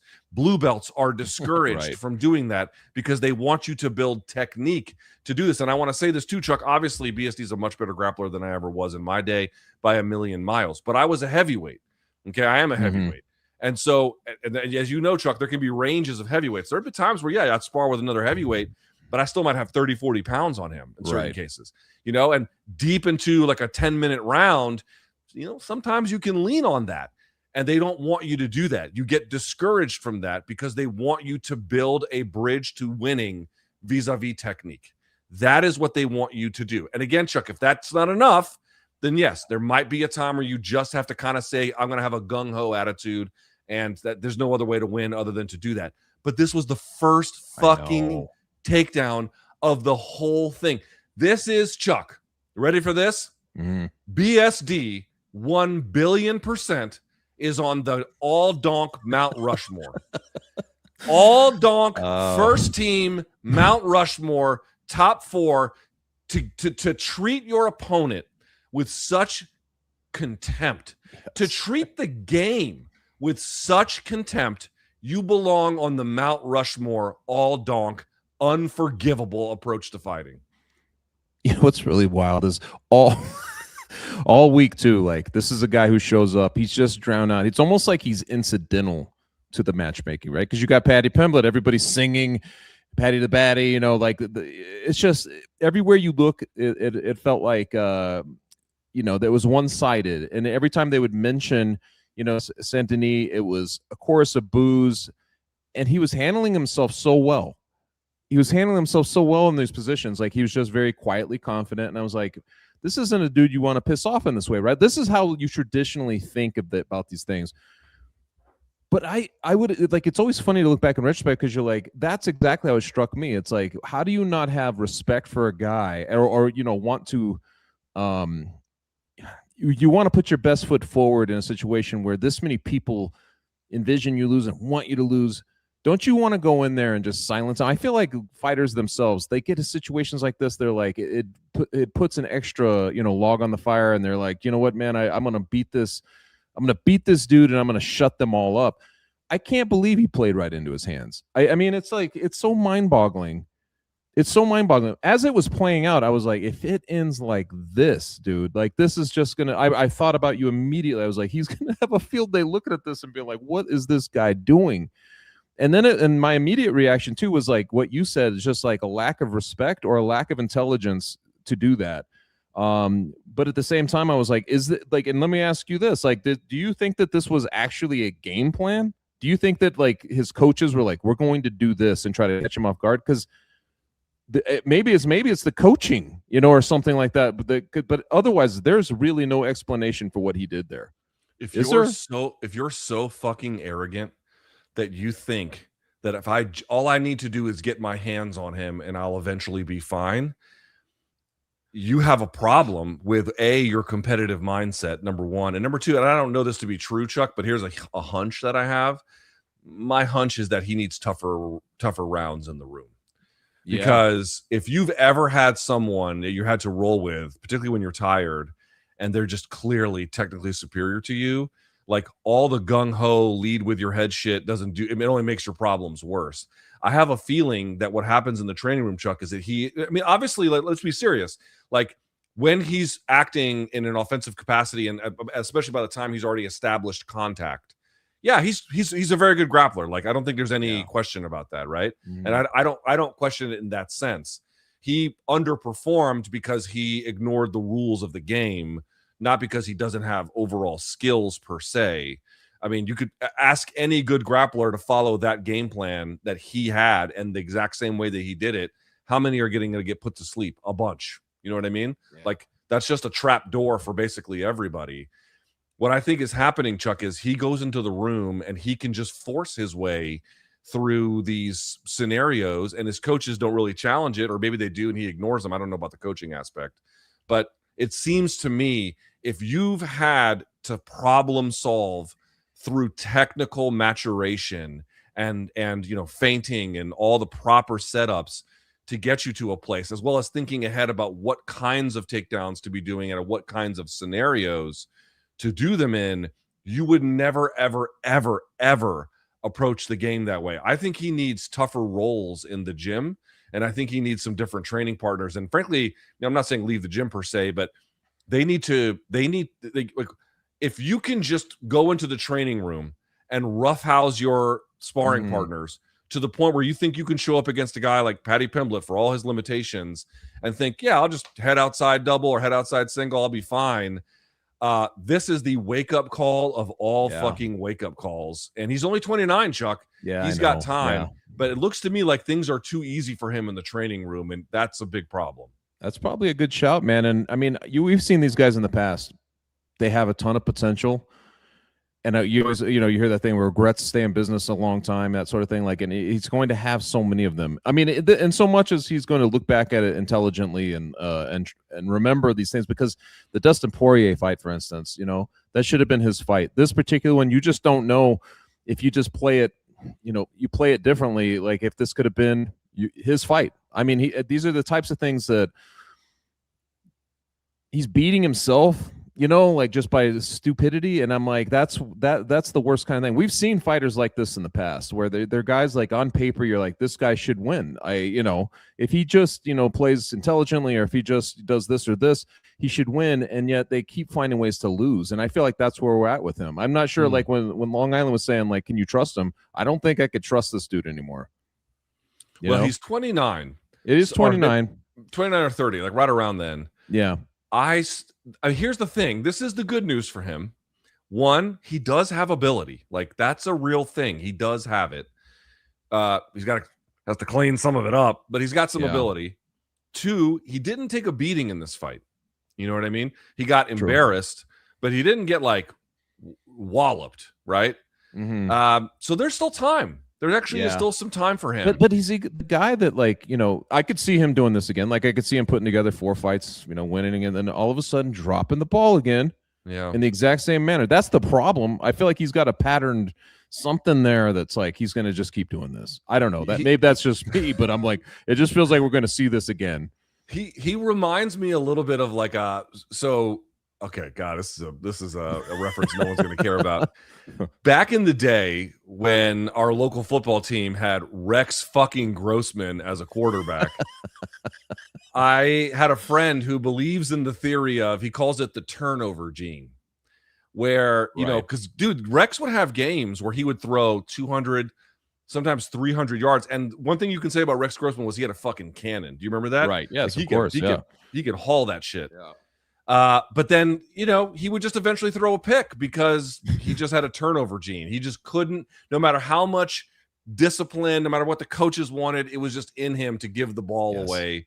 Yeah. So if Jay BSD is that way, if BSD is that way, then there's nothing that they can do. But I don't know if I'm ready to make the turnover gene comparison to him yet, you know. Well, let's put it this way. And you're now to a point where, would you be surprised if he just walks into another loss? I mean, so that's the thing. And when the expectation is kind of like, well, you've always got to take into account he may do the stupidest thing here. That's where it starts. Let me tell you how bad I think this is. If I was his coach, okay, the conversation I would have with him is, if you want to keep fighting this way, I can't work with you. Right. I can't work with you. I'll work with you through wins. I'll work with you through losses. I'll work with you through the toughest times of your career if you want me to be there. But if you just think you can muscle your way into things and you don't have to respect the bridge building through technique to properly put yourself in a position to win, we can't do this anymore. Right. I would never work with a person. I'll work with a person who's bad, who believes in that, before I'll work with someone who's good, who doesn't. You know what I mean? 100%.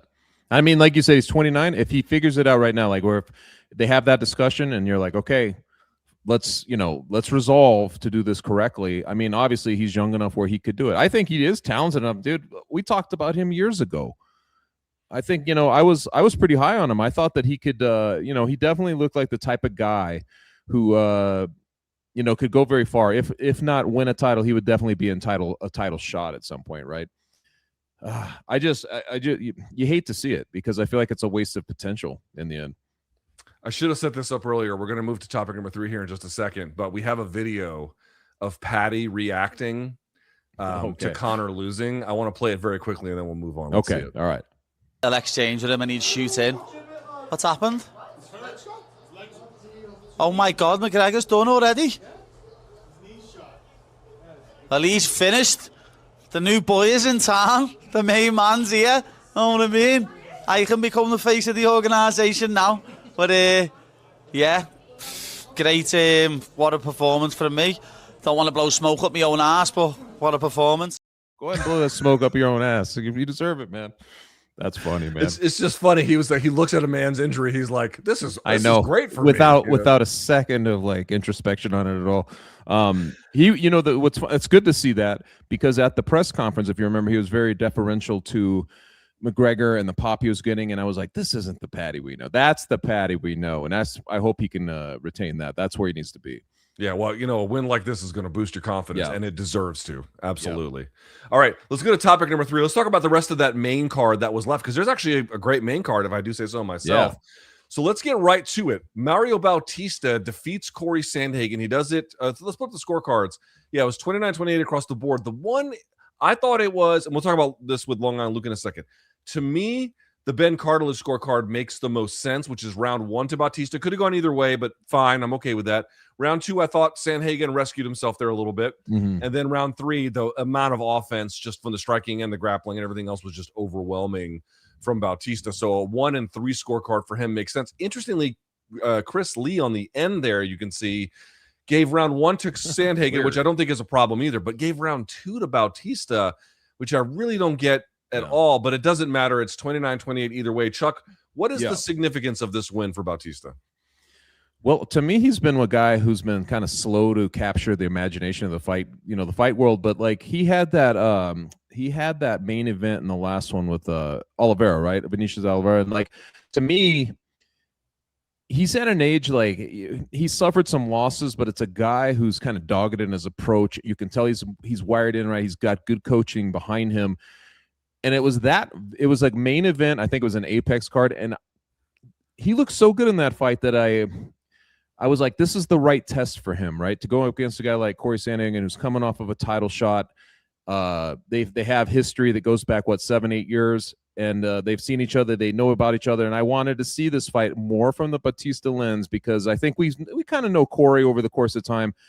But I wanted to see if Bautista was really the player. And I predicted I told other people, I was like, if you're looking for the dog, because people, in Vegas want to know all this stuff, I'm like, Bautista's probably your guy. Because you tell me, man, because I thought he looked as best in his last fight. And I thought he had, flashes in this one too, where he just looks like he's the best he's been. Like, I feel like we're seeing the best version of him that we've seen. I think the only issue that Bautista has is not that he's not good. He's good. Not that he's not prepared. He looks always really well prepared. You never have to question, does he have a gas tank late? Motherfucker, he's got a great gas tank. You see him at the end just dragging that down one after another with Sandhagen. One after the I think he had like 7 takedowns in round 3 alone. And they were just one on top of the other. His cardio was there for days, man. The 2 issues that he's got are, as far as I can tell, and these are somewhat promotional, mostly promotional issues really, is that one, he's not a dynamic finisher, and I think that can be a problem. Especially in that weight class. Yeah. And the other problem is like his game, Chuck. It's like he's got the Batman tool belt. We kind of use that metaphor about how you can do different things. But if you really think about it, that analogy doesn't quite work, because Batman's tool belt is filled with cool shit. You know what I mean? Right. Like there's like, this thing does this incredible thing, and this thing does that incredible thing. And so yes, they do different things, but there's razzle dazzle. There's mystique, there's mystery to it. Whereas his game is like one of the most elite versions of a workman-like game plan and ability that you've seen. And I don't mean to demean that. Like, look at how good it is. He just beat Cory fucking Sandhagen. You know, like you have to. And he did have that Suvulev stretch, right? Like at the end of the first one. That would, if it finishes there, obviously maybe we're not having the conversation. You know what I mean? Well, what's interesting is he goes from the Suvulev stretch to the knee bar. Think about that for just a second. The Suvulev stretch is chest to back. And I'm grabbing the ankle, but I'm chest to back. There's no knee bar from there. I have to get past your back onto your leg itself, and then I can go to apply the knee bar. So that transition is very difficult to do. I don't know if I've ever seen it, to be quite honest with you. Yeah. So like, this is what I mean. Like, the dude's fucking good. Had he pulled off the knee bar, then the Batman belt thing works for me a little bit better. Yeah. But I just think that like in a division where you've got guys like Jan, who also has a Batman belt, but his weapons are a little cooler, it's just going to be a little tough for him to get the respect. No, I know you're right. No, you're right. I think he's not exactly like stirring up like the dynamic, that some of these guys do, where the fans are like, okay, must see TV type thing. He's not doing that, but I thought he handled himself very well in these last couple of fights. So if he's going to get the push, it'd be right now. And I'm guaranteeing you that division's so stacked, but his next fight will probably be, everybody says this, but it'll be the biggest in terms of visibility. I think it helped him to be on a card like this, especially in that swing bout where you've got Paddy and you've got Conor right behind him, because I felt like for once in his life, everybody was paying attention to him, so we'll see where he can take it. But I thought, honestly, we know Cory Sandhagen. I know he had a compromised leg too. Like that was after the first round, right? Like second round on, he was battling through that as well. But to me, like that third round where, dude, you just try to imagine going through like 10 minutes and then all of a sudden you go in that third round and he's just ragdolling, taking him down again and again, taking Sandhagen back down. Every time he get up, drag him back down, throw him back down. That it was exhausting to watch that. And it felt like he could have kept doing that for 3 more rounds. I don't know what this means for Cory Sandhagen. I do feel like they don't matchmake him right at times. Obviously, if you're going for a title, then you just matchmake who you matchmake. But I still feel like they whiffed on not making the Sean O'Malley fight, and I realize that now they've got Sean O'Malley like waiting in the wings for a title shot. So I get it in that sense. Yeah, they messed up there big time. But it's like if Cory has tasted the mountaintop and he's been just a little bit short, but he's still very good, and he's primarily a striker. Although I did think that some of his takedown defense through the first and second round was pretty good. Yeah. Match him up with a striker at this point, and they just don't do that. I don't quite get that. How about this one? I mean, Brandon Royval, like, holy shit, dude. This was a phenomenal fight. Frankly, this was the fight of the night. I think literally it was the fight of the night. Yeah. But even if it wasn't, it was my fight of the night. But my question to you is this. It was a great fight. I thought Royval came out with a great game plan, Chuck. Looked good in round 1. Kavanaugh drops him in round 2. You can see the scorecards. All of this absolutely makes sense. They all, you know what? Oh yeah, they're all the same. Sorry, I misunderstood. So that part is all great. He submits him in the 3rd off of a dumbass decision by Kavanaugh to go for a guillotine. But what are you going to do? Here's my question though: does Brandon Royval at this point deserve consideration as an all-time great in terms of being an all-action fighter? He's standing out to me that way, Luke. Like every time, like that Joshua Van fight last year, right? Last year, I think I had it as a fight of the year, and it was in part because this was a quick turnaround for Van. But if you looked at the situation, it was more like this. Okay, here comes Van. Here's the spotlight. We know this kid. Like he's coming up for it. He's doing something crazy. There was nothing on Royval, right? Like this is a guy who already had victories over Brandon Moreno, for instance. Tatsu Taira, like he'd already had some big victories, but nobody's paying attention to him. And he quietly goes in there and just puts on a ridiculous battle. I mean, a war where they're just hacking away at each other. He's taking big shots and then returning fire. And I was like, this is it showed me so much about the dog, the raw dog, right? Like it showed me so much about the dog this guy has in him that, I'm with you. I mean, when you asked me a question like that, I'm like, I'm sold. And I felt like this fight particularly was going to be just like it was. I thought it was going to play out just like that. If you see Royval on the card, you're in for a treat. And if you're an opponent, you know that as long as you're willing to play the game with him a little bit, or if you want to go in there and mix it up with him, you stand a pretty good chance of getting that $100,000 bonus because the dude doesn't know any other way. And it's almost like, you remember like Chris Lieben or those types, so they'd have to almost get cut up or dropped or stunned for a minute to come to life. It almost felt like that. Like he gets dropped with that counter shot and he's on the ground and he's wiggling and he's trying to avoid the big follow-ups. And then he's like with his blades, like his shoulder blades crawling over the fence. I mean, and you're like, I said the guys next to me on press round, I'm like, if he gets up, if he survives this, watch out, because this is what he does, right? Like he's just, you have to kill him. You have to kill him. If you don't, he's going to win the fight. And that's what he ended up doing. Dude, he's got if you just like guys who go out there and lay it all on the line, go out on the shield every single time, Brandon Royval is your guy. There's no question about it. So I was looking up in preparation for today's show, like, everyone's informal lists but not just current eras, but like I looked up one from 2018, I looked up one from 2010, all-time action fighters who people count. And some of the names you would imagine are very easy to consider. Diego Sanchez is one that shows up a lot. Vanderlei Silva is one that shows up a lot. But the thing that really stood out to me when I read Robbie Lawler is one. Yeah. When I read the list, though, Chuck, the things that stood out to me was that most of the people making the list had a level of celebrity within the fight game itself, and they had big-time opponents. Yes, Diego Sanchez at the end was fighting whoever the fuck, but, he fought BJ Penn. He fought, and this was a big-time fight at the time. He fought Caro. He fought Joe Riggs. He fought people that the fans at the time cared about and had some kind of name and some kind of visibility. And the only thing holding up Royval is not that he can't contribute to that list. He belongs. Chris Lytle is another name that shows up a lot too. Oh, yeah. But these guys had big pushes at times. You might say Chris Lytle. Chris Lytle was season 4 Ultimate Fighter against Matt Serra, and in the finals. Mm-hmm.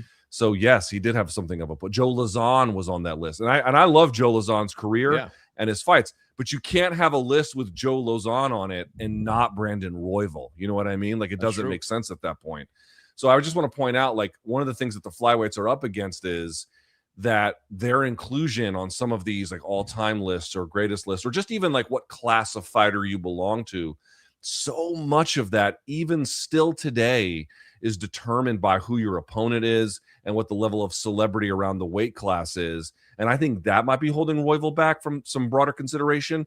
But from the merit standpoint, Chuck, he's in, no question about it.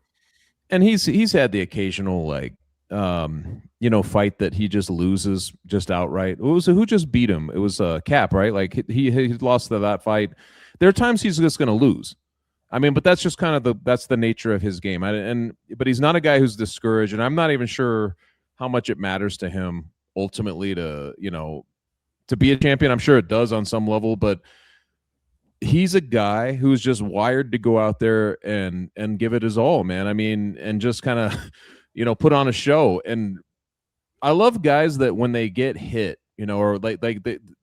Not that he was never in the fight, not like he was fighting passively or something at the beginning, but didn't you kind of know the moment he got dropped and he survived that, you're like, now this is going to be a war? Like, that's when that's the mentality of these guys. It's so much fun to watch, and you mentioned all those guys. Diego Sanchez, he's had some crazy ass battles, like those types of guys, like that was kind of their mentality. You hit them with something, boom, dropped them, and all of a sudden they came back and now they were fortified. They wanted to come at you even harder. We don't see a lot of that in UFC anymore, so it's fun, man. Yeah, and again, he's got.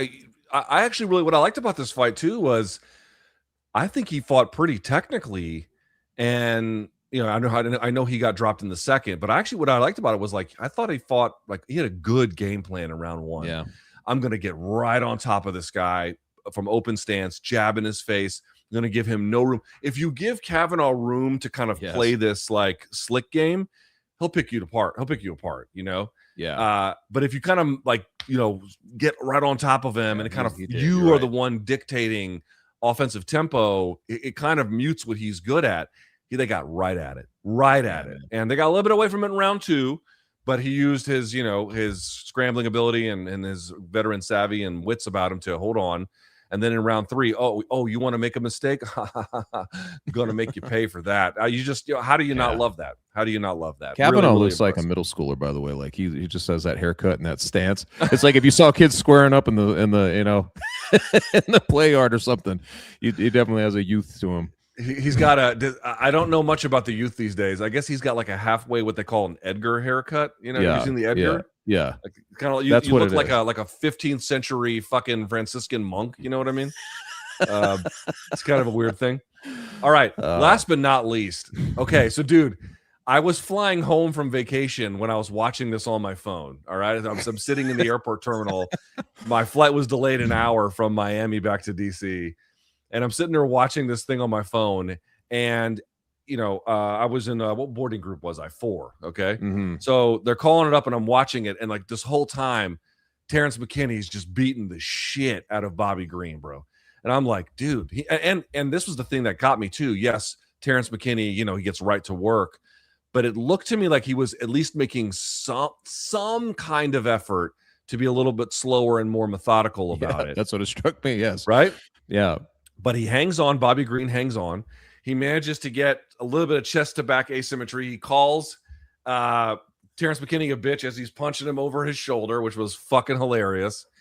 And then he extricates himself. And by the time I sit down in my seat, he's standing and then hits him with the liver shot, drops him. You could maybe argue, Chuck, that the fight was stopped a little early. But my question to you is, what does it say about King Green that some of his biggest and most high-profile wins are happening as he nears 40 years of age? Dude, I tweeted this out afterwards. I'm like, the thing about his fights is they make no sense to me. They just don't make sense. It's like you're watching him. He keeps his hands down. Like he's getting pieced up. He relies on it at 40 years old. He's relying on his movement, right, to set him free and to get his offense rolling. He's still relying on this rhythm thing. And he's just getting pieced up. The dude was bleeding in the first minute, and it's just he's just getting butchered in there. And the moment you think like, well, this is what happens, man. You play this kind of game, you play dumb games, you win dumb prizes type thing. And the next thing I know, he's getting his hand raised, man. And I mean, yes, you could make the point that they could have let it get to the next round. It would have been interesting to see what happens there, but it doesn't make any sense to me. It doesn't make any sense. This is a dude who fought on affliction against Joe Lozon. That was the first time I ever watched King Green or Bobby Green at the time. And for him to be, when that was in 2008, so 18 years later, to see him doing this kind of thing, it just doesn't add up, man. I mean, it's fun. I got to say, like, when he's in there, generally speaking, just his talking, his kind of vibe, and like, you know, the way he gets into his flow and all that stuff, it's a lot of fun. But either he gets crushed or he wins, or it happens both, which is what we did in this fight. He had no business winning that fight, and somehow he did. Insane. Long Island, of the fights we talked about here in topic 3, which one was your favorite? Definitely the King Green one. Gaff and I both had an underdog bet on Bobby Green. So like you said, he's getting his ass beat in the beginning of that fight, and then he starts coming back. We're like losing our mind. Victory. Dude, I made a victory. I made a short out of it on my channel. Anyone go check it out. Our reaction to it. It's pretty funny. But also they fucking hung out afterwards, dude. They squashed their beef afterwards. They were hanging on the strip. They went to the club together. So it was just a fun time. It's pretty funny. And how about this? Bobby, like, so who did the most in that fight? Well, it was McKinney, right? Like, he's dictating everything. He's dictating all terms. This is a guy who's never won a bonus in his life. Tables turn on him last few seconds of the round. He gets finished. King Green gets a bonus, not Terrence McKinney. That poor dude will never win a bonus, man. It's insane. He's the evil Knievel of MMA, and he just can't get the bonus that he deserves. Chuck, before we go to topic number 4, have you been watching some of the soccer, as they call it? Yeah. Well, I mean, I've been catching it here and there, but dude, everywhere I go, because I was in DC and they were all behind it, and in Vegas, it was just like there's so much passion around it, man. Like everywhere you hear big cheers, like, hey, everybody runs out to the sports book to see what's happening, you know. So yes, I've been watching it in pieces. Yes. I think I told the story on maybe Friday's MK. I'll just say it very quickly. Colombia played Switzerland, right? I don't know, last Tuesday or Wednesday, something like that. And we were staying in an Airbnb downtown, but you can buy a day pass to a resort, which we wanted to because my daughter wanted. They had the water slides at this nearby resort, so we bought a day pass and we took my daughter to the thing. And then there's private beach there; it's all nice. And we also did it because they had an auditorium at this facility that they were going to show the game. And but of course, earlier that day was Argentina versus Egypt. Right. And I'm sitting there by the pool, right by the auditorium, and I hear like loud cheering. And I'm like, oh, wow, Argentina must have scored, you know, because I would imagine Colombians would be more in favor of that than they would Egypt. Fuck no, bro. They were cheering Egypt hard in Colombia. They didn't want, because you come here, and there's a little bit of like pan-Hispanic solidarity. You know what I mean? Yeah, bro, you go there, that shit is out the window immediately. That is crazy. I would not have anticipated that. No, they were so unambiguously pro Egypt. It was so funny. It was caught me by surprise for a little bit, and then they were heartbroken by the end. Then weren't they? Like that was. Oh yeah.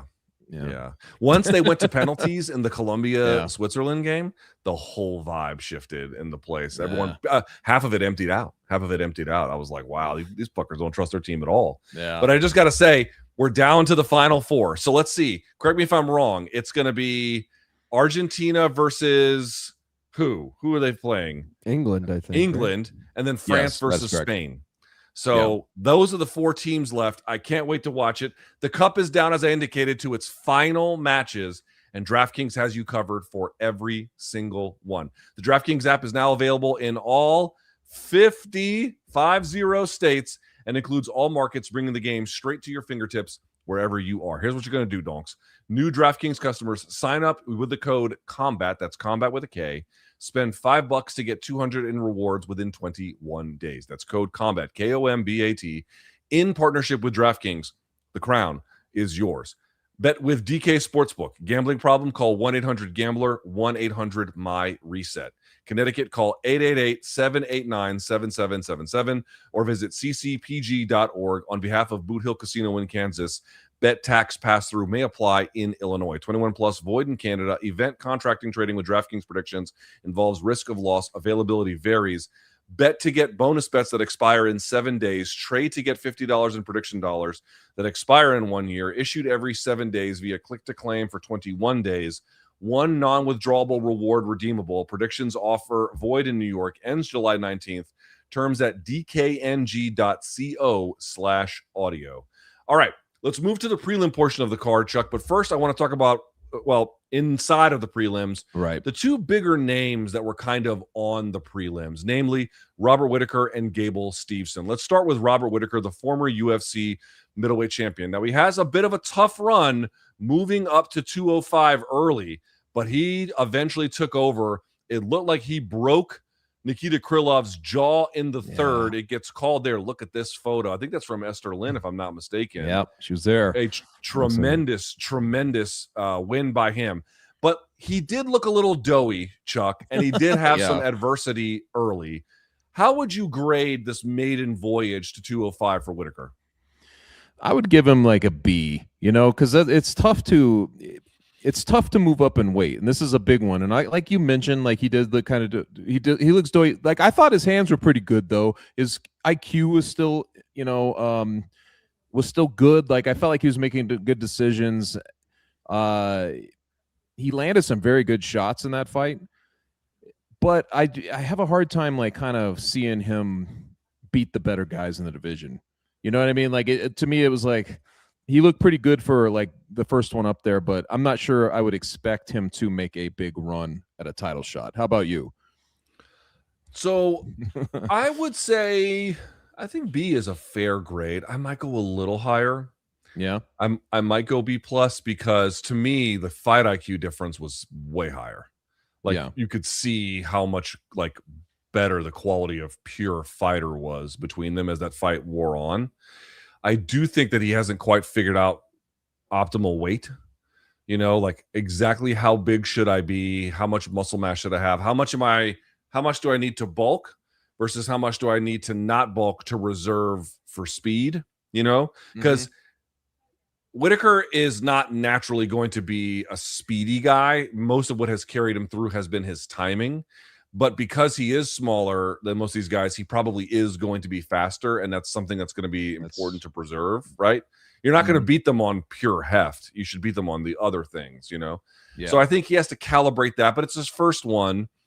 I am also concerned that some of the bigger guys at 205 are going to be a problem for him just by virtue of the difference in pure size. But I'll say this, like, did his power carry? Yes. Yeah. And then on top of it, like, is he technically on the level to beat these guys? Like, I don't have a doubt in my mind he can beat a lot of very good light heavyweights. Yes. Well, Paulo Costa, when moves up and gets a win, and he was what? He was ranked. I don't know if on the meta, like the new rankings, but he got ranked pretty highly. So sometimes when I say this, I'm like, you're basing it on, the idea that, like you're mentioning, the bigger body guys who are at the top of the division, and but at the same time, it is not the deepest division.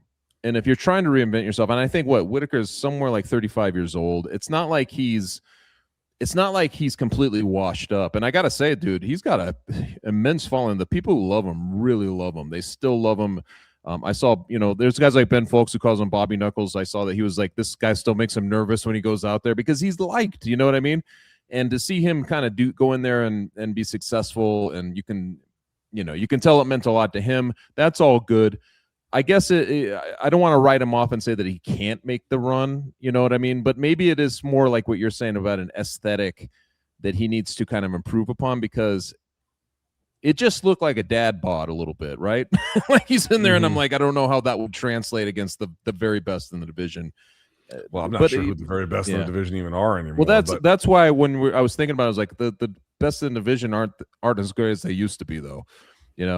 Yeah. And I'm not predicting he can win a title, although I suppose one never really knows. Yeah. But can he beat top 10 guys? Wouldn't he be an unlikely 2-division champion? You'd be like, what the hell? How did he do that? That would be would be insane, especially as undersized. And also remember, this is his a win in his third UFC weight class. He had him at 70, 85, and now 205. That's also that's right. You don't move through weight like that unless you've got real technical ability to carry you that kind of distance. So I appreciated that from him. I saw people being like, oh, no matter what, he should, this is the end. And if you want it to be the end, that's okay. He's had a good career, but I think he can beat some guys in this division. I don't think that's. I'm definitely intrigued. I mean, I'm intrigued by him because I'm like, I feel like he feels reinvented, and sometimes that works, you know. When his jab got going in that second round, dude, I was like, he's starting to just take over, you know, and he did. He absolutely fucking did. So, and like I think he brought out vintage. You're right, the vintage guy. It was in evidence there. Yeah, and then he brought out, like, I think he's got 75,000 children. He brought out something like that, right? Did you see that? 6 children. Dude, what's the basic math on flying 6 kids plus you and your wife from, let's say, Sydney to Las Vegas? That's got to be what, 20 grand? Oh God, It'd be a shitload. But what's even better is they asked him about that. They're like, "How was it traveling with 6 kids?" He's like, "Oh yeah, you load up Bluey on the iPads. They're good." Like, just so casual about it. Like, what the fuck? Dude? 15 hours each way? No, thanks, dude. 15 hours of Bluey. I would Bluey my brains out. You know what I'm saying? All right, so let's talk about the other one here, the more controversial figure of the two, Gable Steveson. So he just bulldozes Elijah Ellison, and I mean, I've got complicated feelings about this one. Both as him as a person, but let's put that to the side for just a moment of making the fight analysis, Chuck. What would you say 4 fights into his career? I'm going to ask very basically, how does he look to you? He's not going to be able to do that because he just didn't respect Ellison like at all, right? Like he just went right in there, traded. He was going to show his hands. I think he didn't have a take. I mean, he had a takedown attempt or two, right? But he didn't succeed in actually getting a takedown in this fight. I mean, I thought he did what he had to do, but did he look like a phenom, you know what I mean, or something like that? No, I still think he's very raw. And also, honestly, I'm not sure this was a test that told us much because it looked like he was going to walk right through, land the shots he wanted, and you know, he got out of there pretty good. He took a couple of shots though, right? Like, because I felt like there was a couple of moments where it's like, oh, geez, I mean, this is a little more adversity than I even thought he would get. But he's a little incautious, man. You know what I mean? And like he got, what was it? That fight where he took the head kick. Was it the last one before this? Mm-hmm. That stuff stays in your head. And I was like, will he be a little cautious in this one? And he absolutely wasn't. Now, obviously, he's fighting a guy he was like 25-1 or something like that. But even in that division, I mean, dude, they're thumpers. When you watch them, I was up close, right? And you see how big they are, and you just know that they're packing power. I don't know if you can play roulette like that. Not that he was, I don't know, not that he was that incautious, but it felt like he had no respect for the opponent there. I mean, here's the thing. Like, you saw that sprawl he hit, or some of those front kicks, the snappiness to them. I mean, he's clearly a gifted athlete. I mean, that's not breaking news or anything, but you can, watching, right. Yes. like watching it in an MMA context, it's like, wow, holy shit. Like he's obviously a very gifted athlete. The thing for me though is, to your point, someone made this comparison to me. It's not mine, but someone made it to me, that he's got Aaron Pico vibes, right? Yeah. Where stud wrestler, stud athlete, but hands. He's just so incautious that it's eventually going to catch up to him. I mean, I'll say this: if you've watched enough regional MMA, and Lord knows I have in my time, that's how you fight on regional MMA, where you're getting some guy who you are you're the A side, and this is an important experience for you, but it's a limited one. So you treat it as a limited one. You just kind of blow the guy out. Dude, if he keeps fighting, again, it's 4 fights. Like, on some level, you got to be like, all right, like, give him some time. But at the same time, like, it's hard to get proper development in the UFC. That's one challenge. And the other challenge is that if he keeps fighting this way, he's going to get chinned. Like, that's a guarantee. And everyone's like, oh, he's a better athlete than blah, blah, blah. It's like, I don't know, dude. Like, dude, Greg Hardy's a phenomenal athlete. I mean, yes, he didn't have the wrestling background, but like, on pure athletic terms, you ever seen prime Greg Hardy? Like, dude, he was good. Like, he was a really good football player. And he was incurious and didn't work on his game. And now he's just, I know he's a punchline, but like, you're gonna get chinned doing shit like that. And to your point, Chuck, Ellison hit him with some shots along the way that was like a bit of a wake-up call, and he just kind of bulldozed through it. And you might say, well, like, how come I'm killing BSD and I'm not killing this guy? Well, BSD was fighting for, I don't know if number 1 contender status, but he was fighting another ranked guy at the top of this division. That's not this. This is this guy's 4th fight. So it's a little more forgivable to take this approach. But you can see, Chuck, what happens when you take this like bulldozing mentality all the way, it eventually comes crashing down on you. And buying into your own hype, because he realizes what a big favorite he was. I think he kind of looked at it like, well, I'm supposed to crush this guy. I better go crush this guy. And that mentality, man. When you say Aaron Pico vibes, that's what it was. It had the Aaron Pico vibes, because there's such an expectation. There's very few guys. I mean, like Bo Nickel or somebody. Like there are these guys who come in, and there's almost an unrealistic expectation that they're going to walk through everybody and dictate wherever the fight takes place and all that stuff. This particular one, he should be able to, if he's able to kind of figure it out, and like you said, kind of just play a little more cautious, figure it out, like take his time in there a little bit, he could go very far. Obviously, he could be a champion in the sport, but I don't know if he's going to be able to get by with it, like what he was doing here. And he shouldn't, like Bo Nickel was the same kind of guy, because he was like 20-1 type favorite, and he was very aware of that. And I would say that you should start to ignore the odds, because that was a big talking point, is, oh yeah, this guy has no shot. You just don't want that mentality, man. You don't want to have a mentality that you're clearly the better guy in all these matchups. Somebody will find your chin at some point in the heavyweight division, and that'll be that. What was the Bellator, when they signed like 10 years ago it was with Aaron Pico, but there was like there was a slew of wrestlers that they kind of signed at once, like Division I guys who, like Tyrell Fortune, Fortune and stuff like that. And obviously, like this is a different beast we're talking about, but sometimes just go back and look at, like, a lot of these guys just didn't have any success in it, man. Like they did okay, they might have won some fights here or there, but would you still be talking about, like, did they have a legacy that they left in MMA? A lot of them didn't. So, not that I feel like Stevenson's going to do that, but we've seen a lot of guys though who didn't live up to the potential that what we thought they would do. I just don't want to see him fall to that.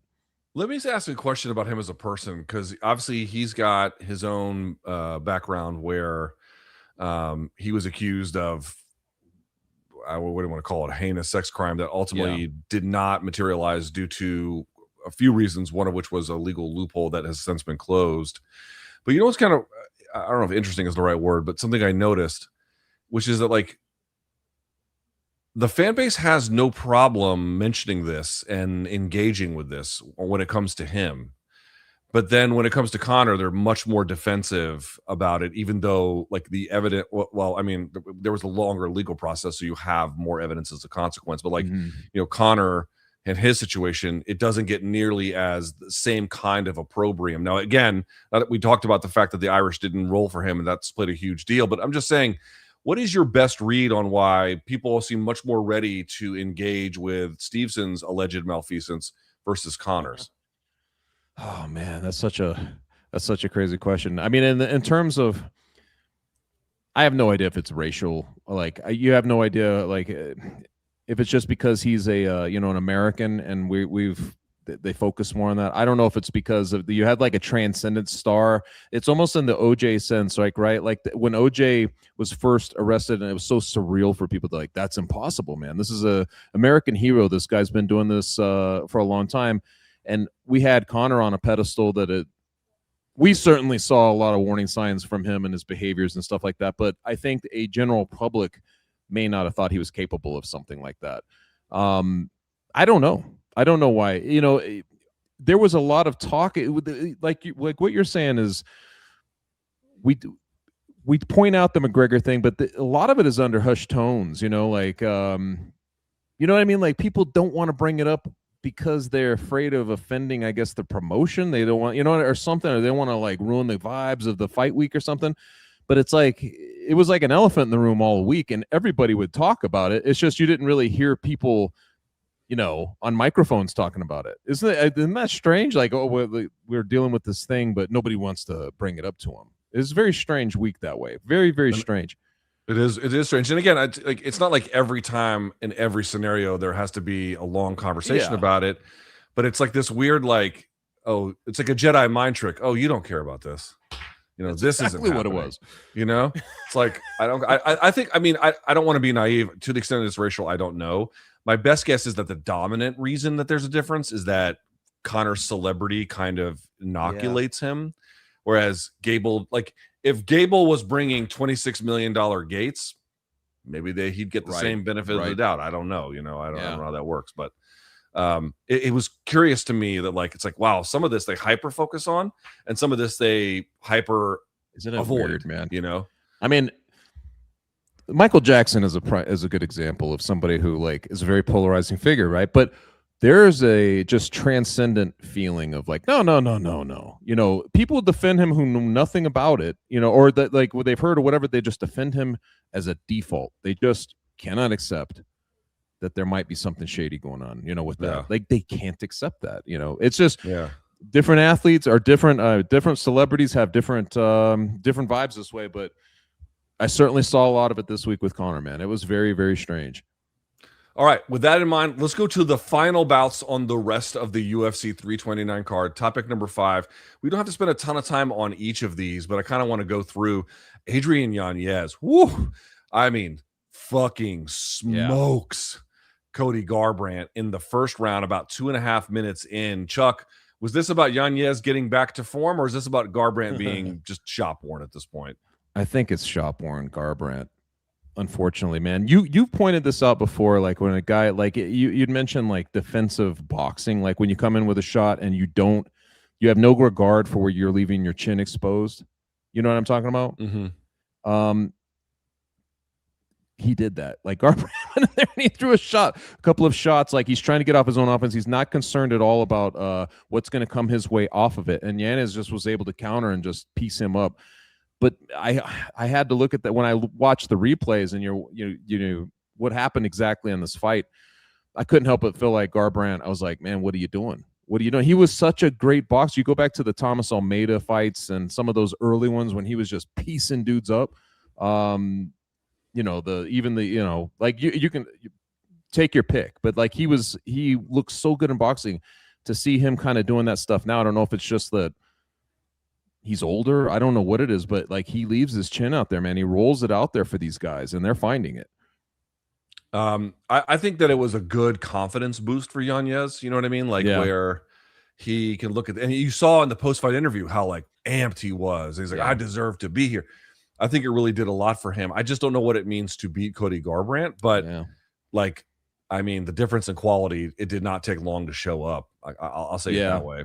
You know, one thing to point out is they didn't make a big deal of it, and I don't know if it's. I have no idea if Garbrandt pointed this out afterwards, but he took off his gloves. Like he took off his gloves and he had them in his hand. I think he intended. It looked like he intended to retire, but he wasn't going to get the spotlight or something there. So they didn't give him the time. There's no confirmation, but he was like seen talking to Sean Shelby afterwards. Yeah, so, he walked right by me with his gloves off and all that stuff. So.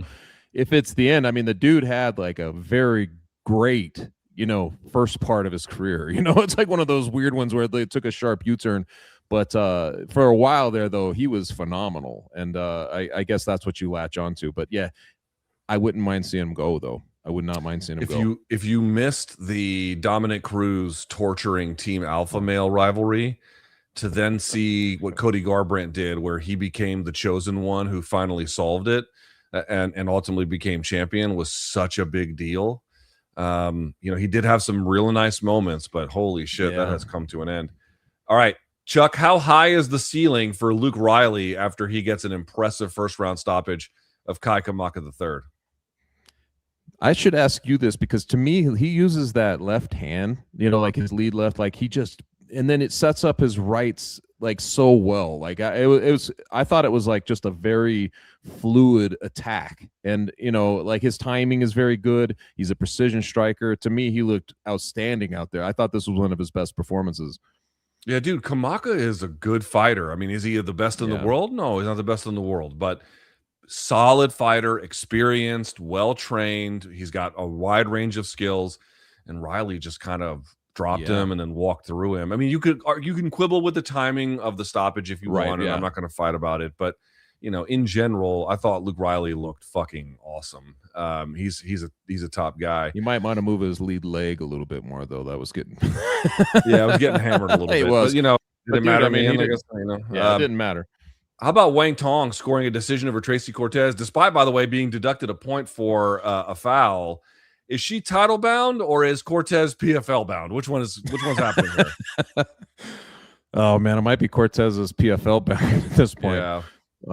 She didn't look good, you know. She just didn't look good in there. It's hard to say because how old is Kong? She's got to be like in her mid-30s, right? Like I don't have it in front of me. But I've got it right here in front of me. I'm not saying she can't 34. make a run.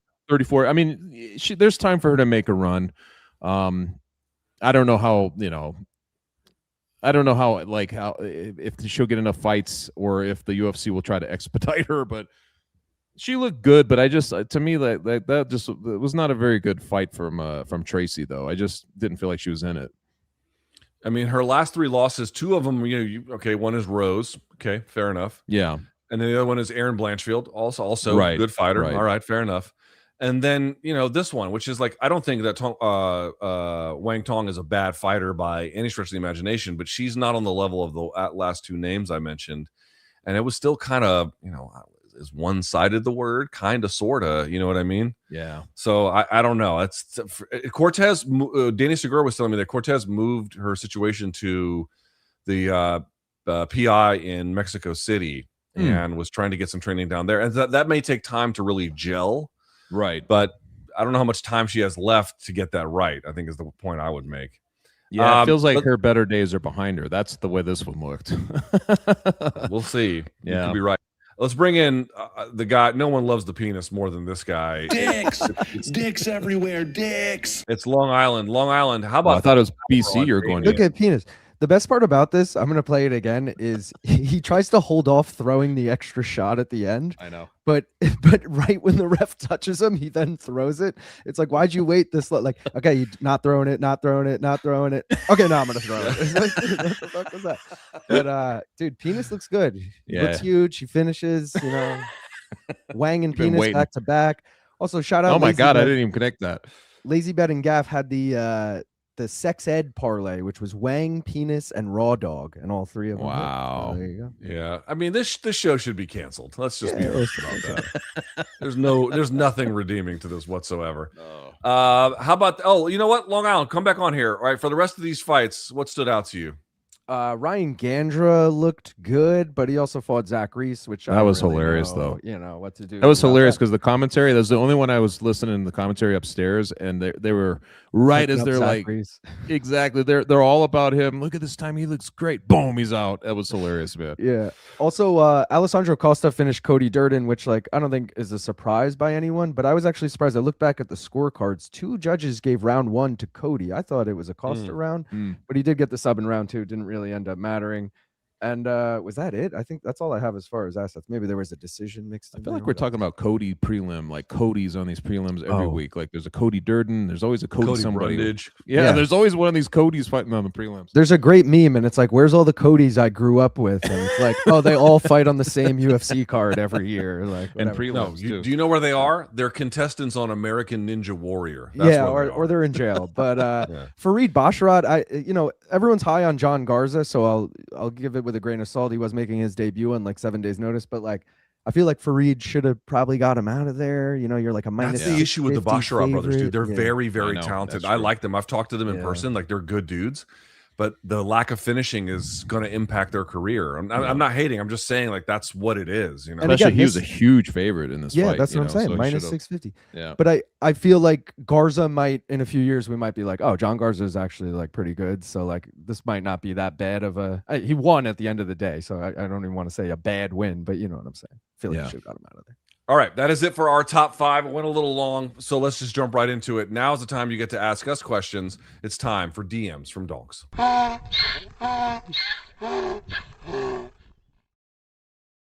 Let's go through these if we can here. Chuck from Zach's the King. With both Max and Paddy taking 0 damage in their fights, a fight between them seems like a no-brainer in the next 2 weeks. Yeah, you said this. In the next 2 weeks, yeah.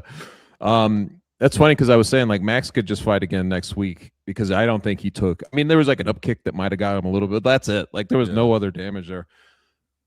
I wouldn't hate it. Would you hate it if they booked those guys? I wouldn't hate it. I just feel like if you're going to do the Ilya fight, you should do it now. That's all. I mean, the thing is this. A BSD fight versus Max is more interesting because BSD can take you down. Paddy's takedowns are not great.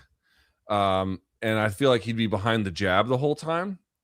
So I feel like that's a good fight for Max. Whereas, this is what I mean about the Ilya fight. I just think that like right now the size difference there could be a little bit of a factor too for Ilya. There's a lot of reasons why you might want to. I just think that Saint-Denis would choose to box if he fights Max. Yeah, That's my. I know. Blindfolded like a fucking jackass. All right, from Frankfurter 67. If Conor had run his camp in Luke's front yard, would this injury have been avoided? Only if my neighbor had not been mowing his yard. That would have happened. You know, who God only knows what projectiles would have gone flying. But dude, this is the thing about Conor. It's like people are like, oh, you know, what's up with his camp and blah blah blah. And I'm like, what's up with being 38? I know. Like, your back hurts getting out of bed at 38. Yeah. You're not supposed to be doing. Some guys can do it, right? We know that. Like, we know that. But there's, and I know there's a lot of. We didn't talk about this, Chuck. There's a lot of questions, like, because New York Times was reporting. This is the New York Times reporting. It's not me saying it. I'm just repeat. They were like, not only did he take HGH and anabolic steroids to heal his shin, but they claim he took it long after that point just because it made him feel great. There's a question about like what that does to your connective tissue. How about all the hangovers and God only knows what drugs of recreation he's used, what that's done to his body. And even if neither of those have been in play or the catastrophic injury, brother, you're almost 40. Right. Well, that is the whole thing. Yeah. I mean, that's why at some point, though, he'll do the bare knuckle or he'll do, a Netflix boxing or something. I mean, that's going to be his only viable way of going about it. But he's got to take his kicks out of the equation first and foremost. He's still going to have to do his legs no matter what. But no more kicking for this guy or jumping through the air. From Christina Pinto _BJJ, can we talk about Theo Von and Drew Brees joining the on-air commentary? What was the point of that? So the UFC caught lightning in a bottle on the very first season of the Contender Series when they had Uriah Faber and Snoop Dogg do alternate commentary for that. And I feel like a lot of places have tried to do it, like the Manning cast on ESPN. Like there are ways you can do alternate commentary and it makes sense. But, I just don't know if those pairings that they had made sense. I just want to chime in here to say I hate that they forced it on the main broadcast. I watch the Manning cast when Monday Night Football's on because I don't give a fuck about who's playing in Monday Night Football. I just want to be entertained. Sure, I'll watch the Manning brothers. Great. Same thing with Snoopcast, Luke. It's Contender Series. Season 1 of Contender Series, I don't know these guys. I'd rather just listen to the funny Uriah and Snoop commentary. Right. But when it's a fucking UFC, and I don't remember which fight they put this on during, but it's like, dude, I'm locked in. I don't want to hear now Drew Brees and Theo Von talk about the fucking fight. Like, save that shit for, by the way, they're doing commentary. If you guys want to switch over, great. Go do that. If you're not that interested, it wasn't for me. Hated it. Remember the Dennis Miller Monday Night Football year when he was in the booth, and it was such a catastrophic that people are like, why am I being forced to watch this, dude? That's what I didn't get a chance to really check it out. I saw just a piece of it because I was there actually, but like I heard the Theo Von jokes, just kind of like the biscuits in the pocket and that sort of thing. It's like, it doesn't really work for commentary. From Rupert Foxcroft, with Herb Dean being booed when he was introduced at 329, I did hear that. Yeah, Did it have any effect on how refs make decisions inside the cage? Can public option affect spelled wrong, affect how rules are enforced? I had someone reach out to me and tell me they thought that Herb Dean had less assignments this time than normal, and including the where he got the assignments as well. Do you buy into that? Yeah, I mean, it did seem like he had less assignments. You're right. Now that I'm thinking about it, there's only 2 that was like, that were like down 2 fights all night. Okay, so that's it. Because I was like, he might have been on one of the first 2 fights because I got there right at those times. But like, yes, they usually he's on far more than that. I don't know why, like what the reasoning is, but dude, it was loud boos. I mean, this is Mazzagatti level. I'm like, what is going on here? I don't know if I've heard that for Herb Dean. Yeah. I mean, like, so suddenly everybody hates Herb Dean. This is the steady guy in the rotation for years and years and years. I'm skeptical that public pressure generally can matter, but what I will say is sustained public pressure might actually matter. So we'll see how long this lasts. When they booed, like I don't think the camera went over there, but I looked at Plinio and Plinio Cruz and Alex Pereira, who's sitting over there, and they're laughing because there's all these boos. And I mean, they're a big part of it because I think Pereira has brought something of a scrutiny to this whole situation. And unfortunately, poor Herb's in his crosshairs at this point. From lowercase 3, what does film review look like for fighters? Meaning, in the NFL, they have full sessions where they sit and break down film. Is that how it's reviewed during fight camps, or is it sprinkled in here and there depending on what the fighters are working on? It depends entirely on the fighter. Yeah, there are certain dudes who don't watch any. Most. Yeah. That might be true. That might be true. That used to be a standard question I'd ask guys. Hey, do you break down film? Because you wanted to know how they picked up information about their opponent. And you're right. Like, I would say half of them were like, nah, man, I leave that to the coaches. And I just kind of show up and go what the coaches say. But there are certain guys very cerebral to the game who break down a lot of film. And I generally think that those guys bode well in the sport. Like, they break down the film. They know what they're looking at. They kind of know the defaults of the fighter. They kind of know the weaknesses of a fighter. You know what I mean? Like, you've seen those guys, and they seem to bode well in the sport and have longevity. Dude, like, if a fighter tells me they don't watch tape, this is just my opinion. You can take it for what it's worth. That's a red flag to me. Yeah. You know, how much you watch, okay, there can be a limit to that, and important ones. In what context you watch it, like with a coach or without it. Okay, fair enough. That's fine. I don't have an issue with that. But people are just like, yeah, I don't watch tape. I'm like, yeah, you're not going to go far. True, man. Because John Jones, look at him, and he's a voracious tape watcher. I know. Like, it's just in GSP, Mighty Mouse, all these guys watched a lot of tape. It's not an accident, Yeah. Yeah. All right. With that in mind, I see here we've got a fucking shitload of them, so we got to move through them. All right. Now is the time when at morningkombat@gmail.com you can send in your artwork. We're going to put it on our proverbial fridge. It's time for fan subs. You've got mail. Viewers. All right. Declan has 5 memes. Let's go through these. Mauricio Hoofy. So on Friday's show, Chuck, I was like, yeah, Ilya's next fight should be against Paddy and not Hoofy. And I even said it because I think Paddy's a better fight for Ilya. Yeah. And so they're killing me for this one. It's a good joke. That is good. 2 thumbs up. Long Island Luke finally got out of his house. Look at Long Island Luke and his girlfriend on top of the Empire State there, Chuck. I would guys, never, man. That's, the heights up there? Fuck that. Ugh. All right, next. An order of magnitude is 10x. Netflix only has 4x more subscribers than so I got hit over the head by using order of magnitude in it has a specific mathematical definition, but I was using it in a more loose sense, and I had a bunch of people write in and try to hold me to it. This guy's killing him for it, so I appreciate the support. Magnitude donks calling MK dullards. Jed calling magnitude donk a dullard. Luke's neighborhood for no fucking reason. Dude on a big ass mower. My dream is to have a yard where I need a lawnmower that big. You know what I mean? Yes. Because, dude, people ask me where I live. I live in the city proper. I've got the tiniest fucking yard you've ever seen. Tough, dude. It's expensive out there. It is. Dead wrong order of magnitude. It was colloquial and hyperbolic. Long Island Luke not knowing what magnitude, colloquial, or hyperbolic means. Accurate. That's hilarious, man. It's a great meme. Yeah. It's a great meme. All right. That's from Declan. Declan, good job on those. Very well done. Jesse C has one, and he writes, Luke or Long Island need to text BC and have him subtly start dropping some MK cannon on the Paramount broadcast. Just one balls bonanza for the boys. Keep up the solid work. So on the left here, we have Claudia saying, how the hell did he end up here? Chael saying, what the hell does this guy keep saying? Why does this guy keep saying balls bonanza? And then Brian Campbell, 3 gummies may have been a bit too much. Oh, yeah. That's awesome. Shouts to BC on the great coverage over the week. All right, to number 3, Jesse B. He writes, I think this is bizarrely accurate.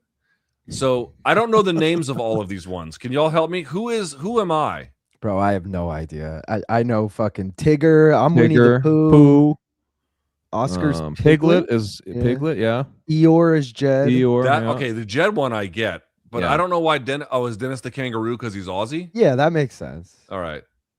Why is Chuck the owl? Yeah, I don't know. That's also, very wise. Who are just you? very You're wise. just a rabbit? Like, I don't know, man. All right. I don't not know. bad. Not bad. All right, from Lazy Bed, he writes, Professor Salt and Pepper loves the Colombian culture and cuisine, but the aftermath is the real story. After far too much here we go. bandeja paisa, this is like a gigantic dish that they eat. Okay. Luke finds himself rushing to the nearest restroom for some needed relief. Oh, here comes the toilet humor. Yeah. It's not as rudimentary as a hole in the ground or as highbrow as God. Joseph A. Banks, but with fingers and ankles crossed, LT prays his porcelain throne can carry the weight. This was me during, well, you know what? They're better than this, I'll be honest. But you know what it is, dude? A lot of times you go to some of these places and they just have no AC in them, you know? Grand Central's isn't much better than this. Bro, I one time saw a guy shaving his pubic hair at Penn Station, a homeless guy. How about that? Shaving his pubic hair. Dicks everywhere. Dicks. I also, you know what? Man. I think about stuff like I've that. seen some crazy. Can you Dude, imagine I've seen crazy shit like that Japanese, too. like tourists who come to New York City, where like everything you could eat off the floor of the Tokyo subway, you know? Yeah. And they come here and they see homeless guys like shaving their balls in the sink at Penn Station, you know? It's like, dude, we are third world. All right. New York is no place to be. No, New York is not for the faint of heart. Let me just tell you. All right, Carlos has a movie poster. The Eighth Tusk. You got to read up top if you can. I can't. Can you read it? It says he was given two options. He chose the walrus. Oh, is this getting fucked to death by an 8-dick walrus? Yes. It's pretty fucking good. The Eighth Tusk. That's good. Not bad. It also, like, in the fine print, it says Bong Enthusiast, Long Island Luke. It says the Iceman, Chuck Mindenhall, Jed's in there. We got to pull this up, blow it up, and read the fine print a little. Wow, that's good. That's fucking awesome. Great job with that. All right, Leslie, I don't know if it's a boy or a girl, has a meme. Hammering the under in my 8-leg parlays. All right. I don't really know the reference here, but you know, I don't know. Me gambling. That's funny. Yeah, it's a puny little body guy with a big head there. Yeah, indeed. Very. All right, from John McClain, he's got a meme. He goes, "What do you guys think of BC's new facial hair?" Okay, BC's never looked that cool a day in his fucking life. Okay, the best part about this is he attached the original screenshot, and that's just literally taken from one of BC's CBS interviews, and he just put the exact head on the spiker and fits perfectly. It does fit perfectly, but no, he's not that cool. I hate his facial hair. I want to make fun of him so bad for it, but you know, that's just because I'm mean. All right, Jordan writes, Luke when he forgets his sunglasses while on vacation with his wife.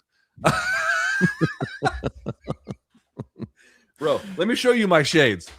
Tell me if when I bought them, she was like, "Oh, these are really big for your face." I'm like, "Right." Those are cool, man. I can. You know how far glasses. I can look around to these things? Yeah, you know? Yeah. Pretty great, right? All right, good job with that. That's a funny one. All right, where are we at? Ed's got 3 memes. Luke live streaming lawn. Dude, the lawnmower that's a good one. Jokes. That is a good I one. cannot believe how many of them there are, and they're all good. All right, Luke, resolving tech issues. Neighbors. There we go. That's a good one. I mean, this is a great one. Luke's neighbor lawnmower waiting for him to start the live stream. Yeah, kinda. All right, Ed, pretty good. All right, Rick Donkerson has a meme. It's going to be bad. No N-word. Sir, the bathroom is only for Joseph A. Bank customers. That's a good one. All right. That one's pretty good. That's pretty taken good. from like it. MMA Uncensored years or something like that, right? Like that's a while Wait, say it again? Like you were on MMA Uncensored, right? Wasn't that the show you used to do? Yeah. It looked like a what you look like back then. So I was thinking they took that from back in the day. Back when I was still lifting weights pretty aggressively. Now I just look like a fucking bag of milk. It's gonna be bad. All right, from Genghis Bong, he's got some memes for us. Number 1, it was so crazy. I got so lucky. I saw this Joseph A. Bank. And so I went into the bathroom and dumped a triple flusher down their pipes. I used so much toilet paper too. It was nuts. I love Joseph A. Bank now. Literally everybody. Yeah. Listen, the person who you really should blame for this is BC. He was the one who kind of kept it alive. But all right, next one. Anyone who will listen. I just found a Joseph A. Bank. A nice walk with his esposa y hija, wife and child. Yes, I do the Joseph A. Bank thing a lot. All right, now I do. Hola. Wait, what? Oh, me llamo Luquito, and soy am uno half of your MK hosting duo. My Spanish is better than that, fuckface. And then last but not least, have I ever told you about the time I went to Joseph A. Bank? All right. It was just funny. Oh my Chuck, God. It was just funny because It's like mowers and Joseph A. Bank. You know, that's. I'll wrap it up fast. My wife took me to a new restaurant I'd never been to for Father's Day, and it happened to be right next to the one that was the scene of the crime. So, brought back some trauma. All right, we have Art from Spencer. He writes, I did a portrait of Luke and wanted to share it with the MK squad. I call this one Donk, Wiser Donk. Not a second of AI used. God smite me down right now if I'm lying. Wow. This is like a Unabomber, like after getting a shave kind of vibe going on here. I think you should get this framed and hang it up in your house. It looks pretty cool. I appreciate the art, but I don't know if I'm going to get that framed. Just going to say that out loud. All right. Michael has 2 photos. He writes, I meant to submit these weeks ago, but better late than never. Here are some pics / video from UFC 250. I think he means Freedom 250, right? Yes. As a DC resident, I was so hyped to have it in my backyard despite my political feelings. As everyone before me mentioned, it really delivered. I've been to several UFC / other organizations events and saw some big moments, but this blew them all out of the water. It was crazy how loud it got in an open airspace when Justin won. Had it been in an arena, my ears would have bled. Truly an incredible night, and I was proudly repping MK and DC very good while being there. On a side note, on my way in, I got interviewed by Nippon TV, and I ended my interview with MK all day. This guy looks like anyone who lives in DC is going to know what I'm talking about. This guy looks like the bartender of every bar at the north side of Georgia Avenue. Let me just tell you, if you work at a bar in Petworth, this guy has served you some kind of IPA. You know what I'm saying? I'm sure I'd mess with this guy, man. Yeah, exactly. He looks fucking intimidating. Like, I have to be nice when he gives me my IPA. Thank you for that, and thank you for sending those in. I'm glad you had a great time. Real quick, Luke, what is Nippon or Nippon TV? Is that like one of the major news stations out of Japan? Oh, that's dope. Hell yeah. Yeah. Cool. And then last but not least, Saul, for our 4 photos he has. Happy 4th of July to all those who celebrated this nation's 250th birthday. My wife and I went to our friend's family barbecue for 4th of July. And the food was on another level. Oxtails, mac and cheese, green beans, you name it. And it wouldn't be 4th of July if someone didn't wear a shirt to remember the nation's greatest tragedy. They didn't wear a 9/11 shirt there? Holy fuck. MK all day from day one donk, Saul. Let me see that one. Wait, what's he wearing? What's the shirt say? Hold on. Coochie? It's not an MK shirt for once, but he is rocking the main card minute koozie. Shout out. No, but what's the shirt say? I don't know. It's something up top, but it definitely says coochie on the bottom. Hotter than coochie. Yeah. His hat's the pink Morning Kombat one, though. Oh, it is. You're right. Yeah. Let me see the food. There's his, I think, a significant other. The food doesn't look half bad. I mean. Yeah. Yeah. Not bad. And then 9/11. Why wouldn't it be? I get that BC shirt. still sends me those 9/11 memes, the ones we can't play on the show, just for future reference's sake. All right, Chuck, what a experience. But we still have a lot to do for the week in terms of wrap up and then looking ahead. What do you got going on coverage wise? We have our new pound for pound rankings that have come out today, and I don't think anything moved. I think it's exactly the same, but we do have the new rankings that come out today, and I'm not even sure. I'm in Colorado, man. I gotta fly back. I'll be on the crack come Friday, and beyond that, I'm not even sure, man. We'll see what happens. Yeah, Long Island, what you got going on? I got a new prop quiz coming out Friday. You know, bet breakdowns all week. Full card watch along on Saturday. We got DDP Usman OKC card, should be pretty good. Chuck, we did lose your favorite fight on the card though. The Kevin Holland Jacoby Smith fight is no longer happening. Kevin Holland got hurt, but that sucks, man. I want to see Jacoby. That guy's got me too. Yeah. And apparently they're not replacing Holland, so he's just off the card now. So yeah. I will have coverage on my YouTube channel and all the various places that folks know me for. So be on the lookout for that. Let's remind everyone that you can see at the bottom of the screen all the socials. You can go get those. You can become a member of our channel. You can get emojis, badges, and more to come. It's a great way to support the channel. Of course, you can always reach the channel, or the show, I should say, morningkombat@gmail.com. Dead wrongs, fan subs, you name it, send it there. And then, of course, morningkombat.shop. all of the designs. You just saw the Washington, D.C. one for anyone who's in the area. That's one that's still available. Whippets in the parking lot. I mean, what more could you possibly ask for? And we're going to make them 20% off. This only lasts until the 31st of the month, and plus 50% off of all posters. Go to morningkombat.shop. What a show. What a show. Chuck, it was great to have you back. That one is in the books. We now await, as you indicated, the fight night here in Oklahoma City, and then the next one will be a big one, will be Islam next month. All right. So for Long Island, for Chuck Mindenhall, I'm Luke Thomas, and everyone else on the show, we appreciate you watching. We'll talk to you guys on Friday, and until then, may all of your gains be loyal.